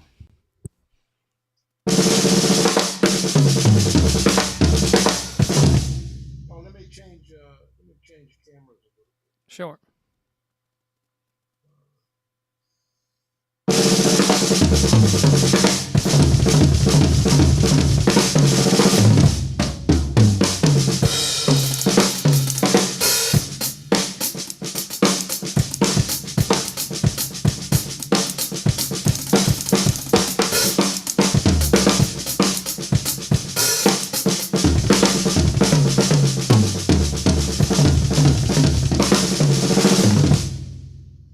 Woo! Bass drum action here. Yeah, yeah.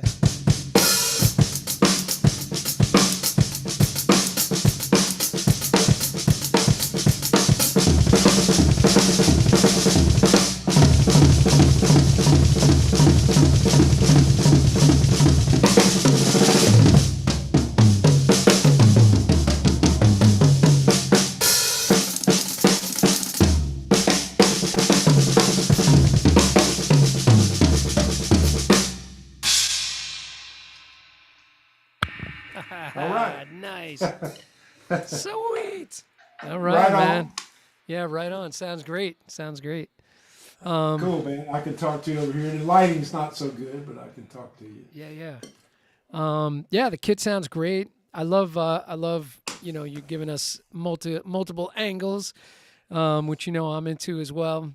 Right. Love all Well, that. it looked like I said, it's not really made to be. I don't have the other light on now, but these I think these angles look pretty good Yeah, they with the look great, lighting. I man. mean, Yeah, the you overhead know, is real nice too. Yeah, yeah, little sweet. three-way action. Yeah, So yeah, it's killer. more for teaching. When Yep. I do this stuff online. So. Yeah, it's But great. this it's interesting, man, to hear because I'm sure you hear a lot of guys, hear a lot of different sounding stuff. How does it sound coming through your system? Yeah, it sounds really good. I mean, I always it's like to check it. Yeah, yeah, very clean. I would say right up there with the best of them. that's good. Probably Thanks. the best online sounding setup is probably Weckl, just Uh huh. because he's got it so dialed in. Just he's been doing it a long Sure. time, but his setup sounds great. Garibaldi does a different thing where he's using the EAD10, Right. as his Uh huh. primary sound source, which I know a lot of guys that do that. Sure. So that's a little different because it's kind of a more process thing. Right. Right. Great for groove stuff. And then like you and Uh-huh. I, we're using like more of interfaces, and the what we use for our recording setups, we're kind of using for our online thing. Of course, not with all the processing and plugins, but it's cool. It sounds really good. Yeah. Sure. Yeah. Good. Thanks, man. Yeah. It's more or less. It's not. I didn't spend so much time. Just want it to sound good, and it's not processed. It's Right. just really like a room Yeah. Yeah. natural kind of sound. So Yeah. yeah, It's great. cool, cool. And it probably serves, for lessons and online clinics and stuff. It's That's great. right. That's really the goal, right, with it. So Exactly, exactly. nice, man. All right, Cool. my brother. I'm gonna. All right. I got some questions for you. Okay, let's go. You want me to move? Let me Yeah. Why cut don't you this come light. on? Let me cut this light back on and see, or Okay. I will just move back over. Let me Okay. move back over. Yeah, Yeah. you can move back over. That's cool. Um, and by the way, I'll do just another quick mention about the Hit Like a Girl contest. Make sure you're checking that out. Hit Like a Girl. You can go to the Hit Like a Girl website or follow them on social media. There's a lot of posts over on Instagram if you look up Hit Like a Girl, and you can check out all the young ladies that are submitting. There were 50 submissions for the 13 and under 13 rather category, and there's some kids that are crushing it, very young kids. It's pretty amazing. So I'm proud to be one of the judges on the Hit Like a Girl contest. So make sure you're All checking right. that all out. The Yeah, I've young, done that a couple times, man. That's a cool thing. yeah, That's a super cool fun. thing. The young ladies are bringing it, man. Holy moly. Yep. Yep. Um, Can you hear me okay? I'm back over here with this setup yeah, now. I hear you great. I hear you Okay. great. Cool. All right, Um, hit me with the rapid oh, fire. one more thing. Oh yeah. Your Go. book, you have the duo of the two books is available on Hudson. Is that true?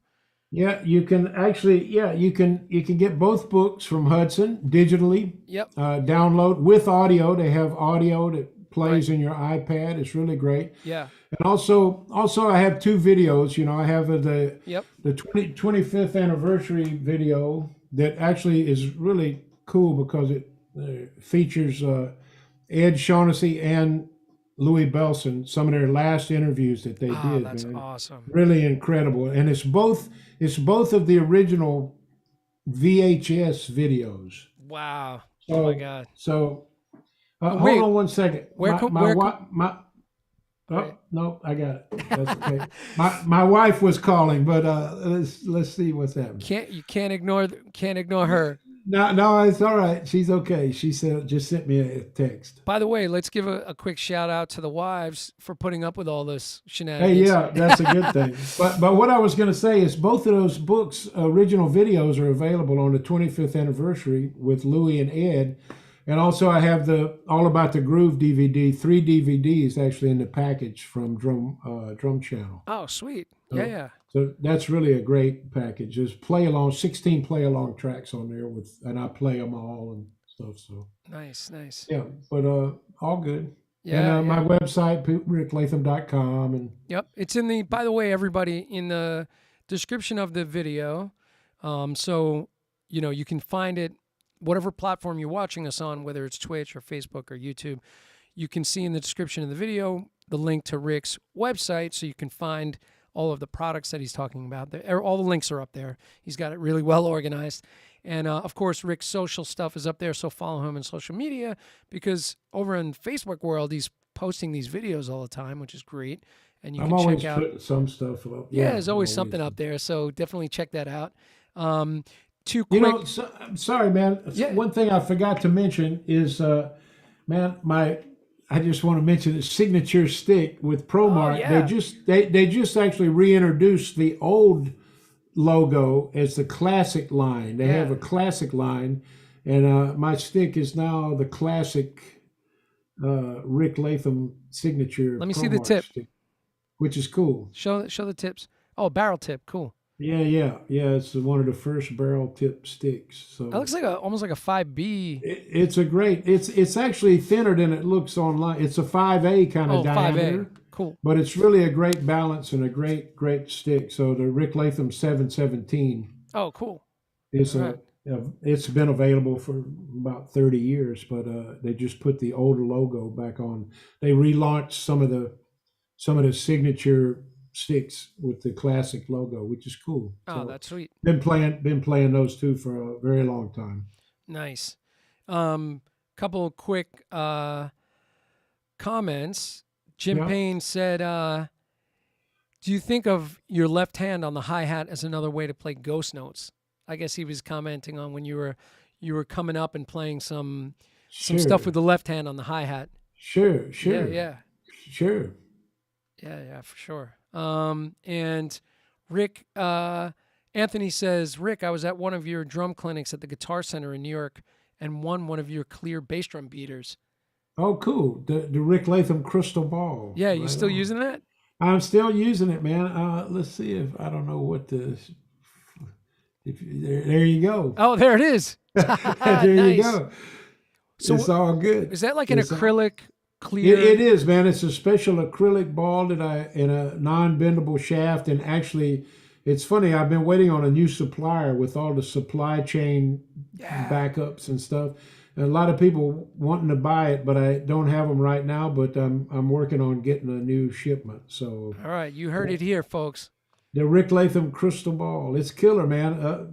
Metal guys really love it. I mean, I use it. I just like the weight of it and stuff. But it actually has that kind of built-in. Yeah, it's got some Attack- real attack. beater attack, right? Yeah. So that's a little plug for that. But When I was yeah, a kid, I used those Danmar, the wooden beaters. sure, Remember yeah, those? we all did. Yeah, I had those for a while with Used my those for. with my Evans hydraulic heads. Yeah, there you go. We all had those too. Gad had those on that kit that I played, Yeah. the Paul Simon thing, man. Yeah, Yeah, man. crazy. All right, so here's the rapid fire. I'm going to give you some quick ones, and these are sort of just mostly just whatever pops into your head. But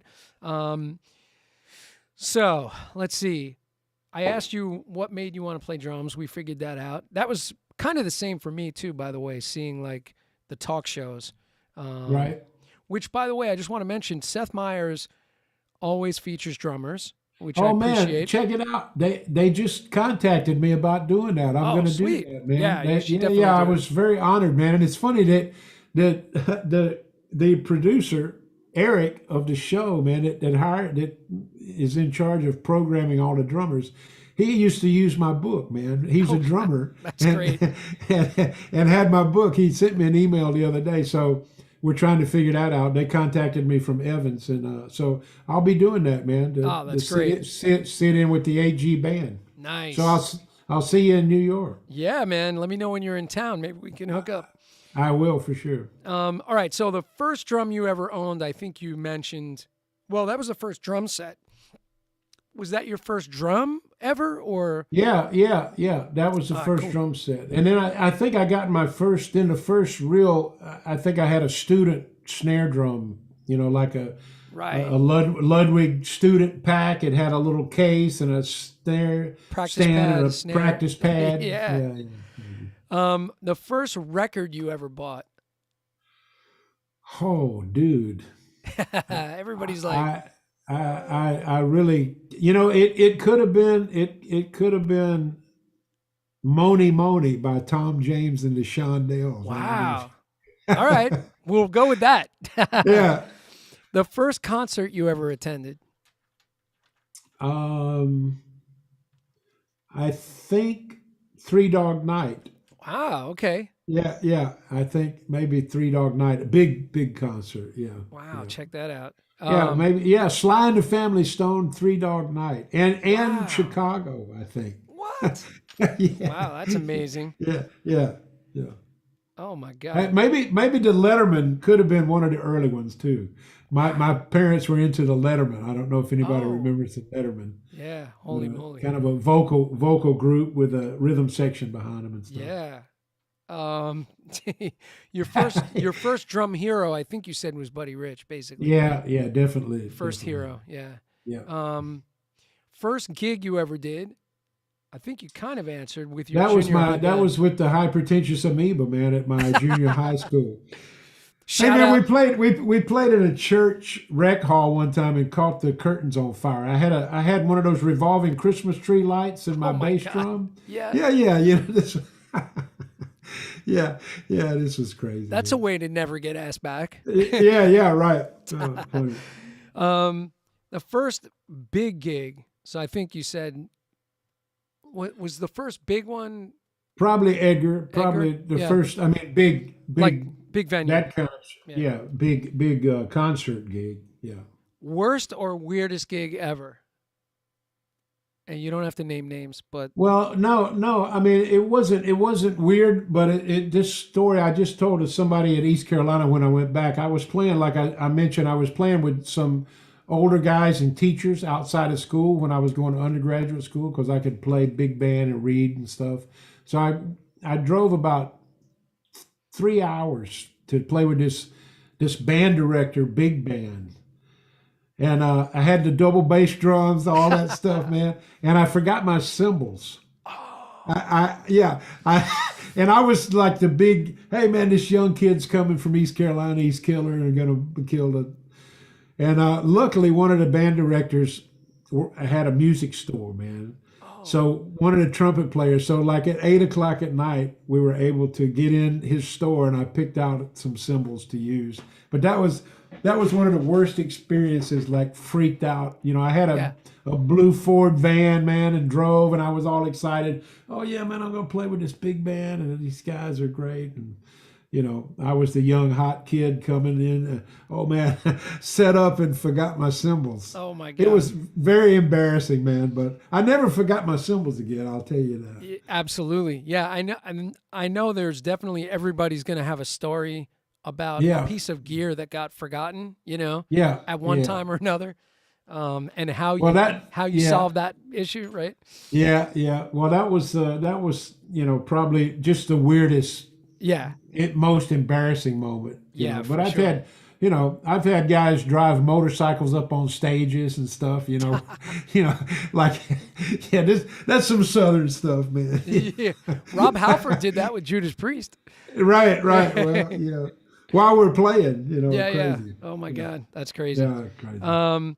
So the first wait. Oh, so what would be your best memory, best gig ever? Like maybe one night that really stands out that just was like, man, that was such a great night.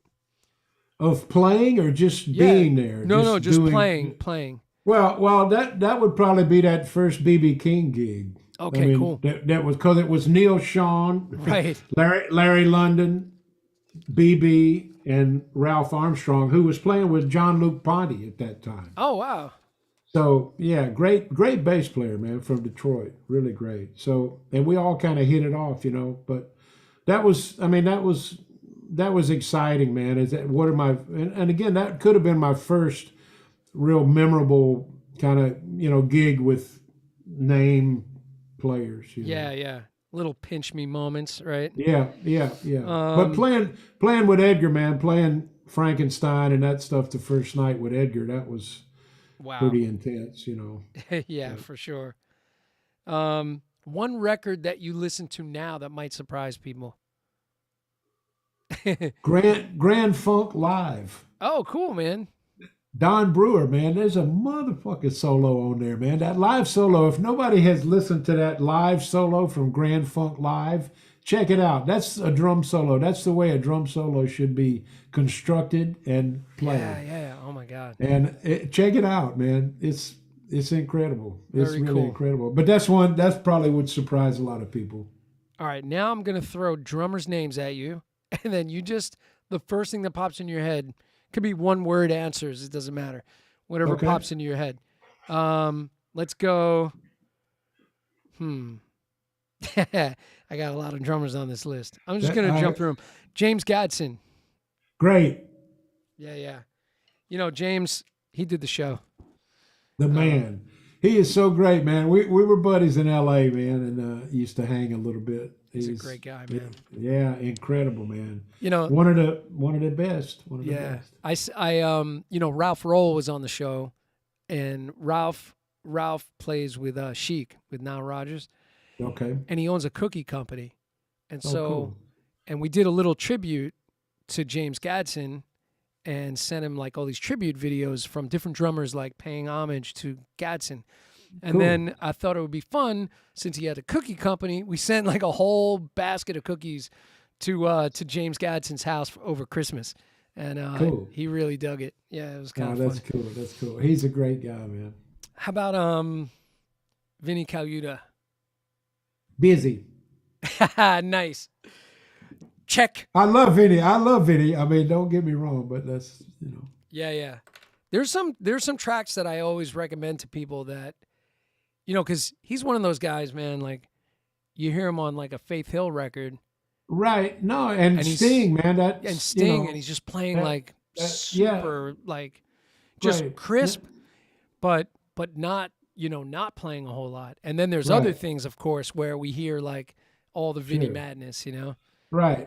Yeah, and like I don't mean that bad. You know, I don't mean that derogatorily. No, of course, yeah. But yeah, that was good. David Garibaldi. Legend. Yeah, baby.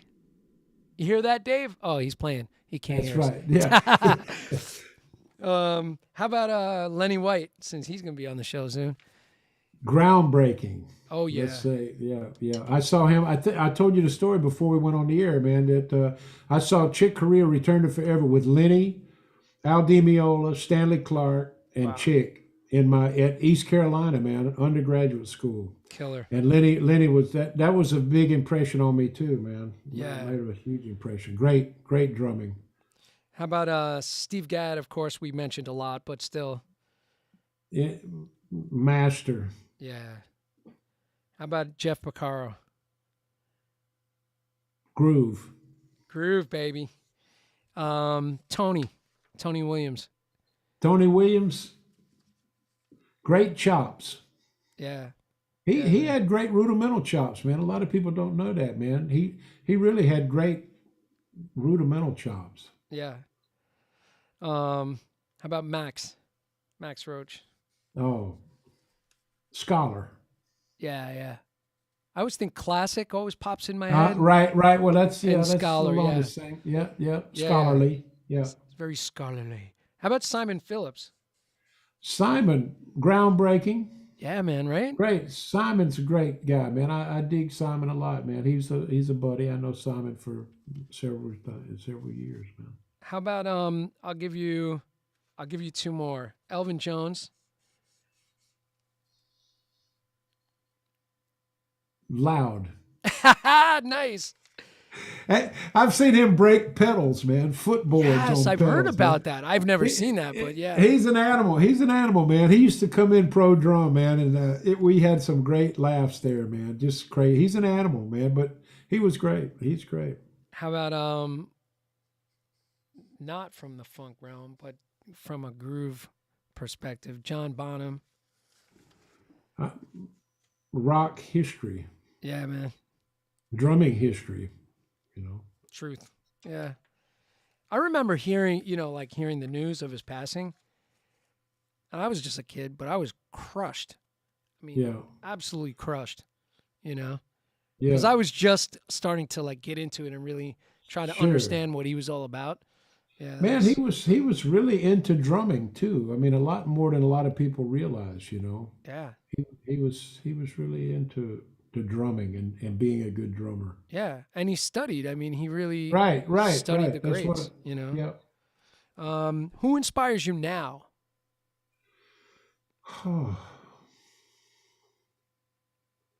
Man, it's a good question, man. Really, I you know, not that I'm not inspired. There's so many guys you see now, like on the internet and stuff, man, that Right. like are incredible. You know, I like Larnell Lewis. I like his Yeah, yeah. playing, man. Larnell's great, man. Great player, I saw great his player. clinic in November, and really well thought out.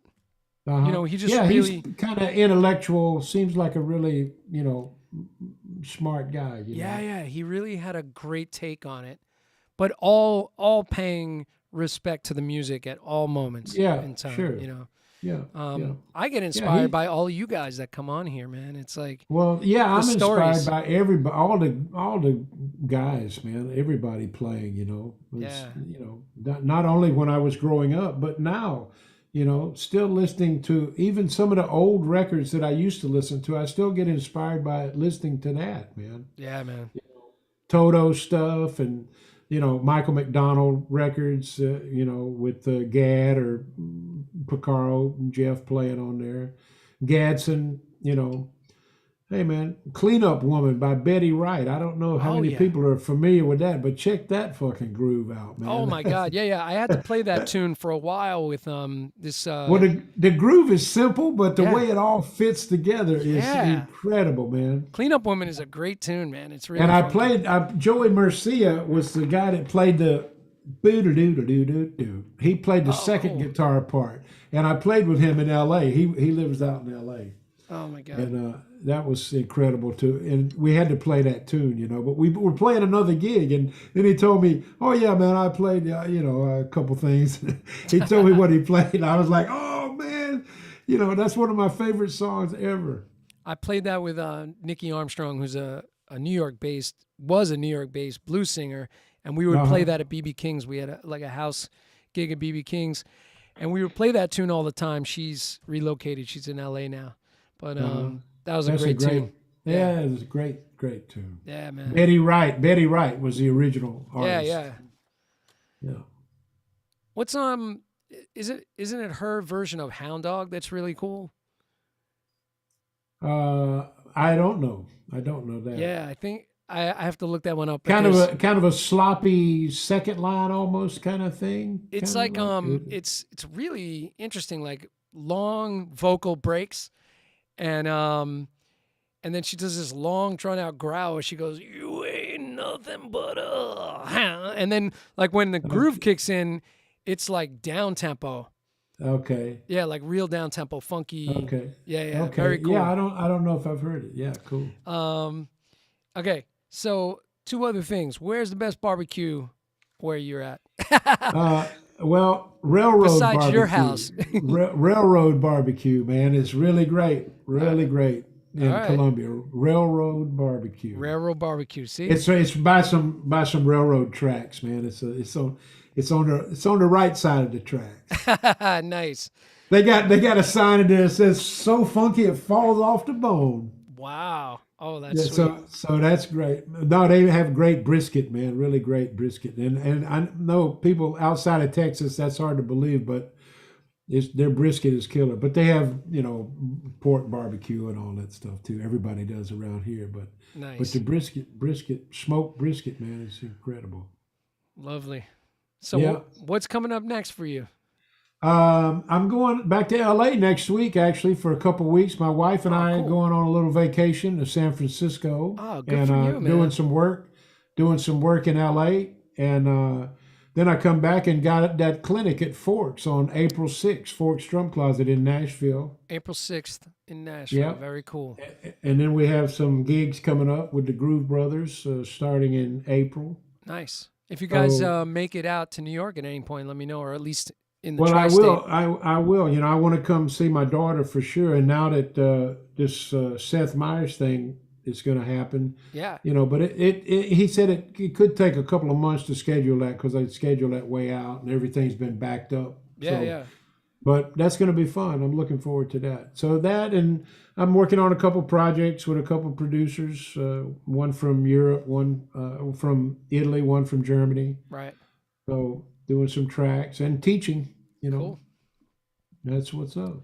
Awesome, man. Well, everybody definitely check out Rick's website.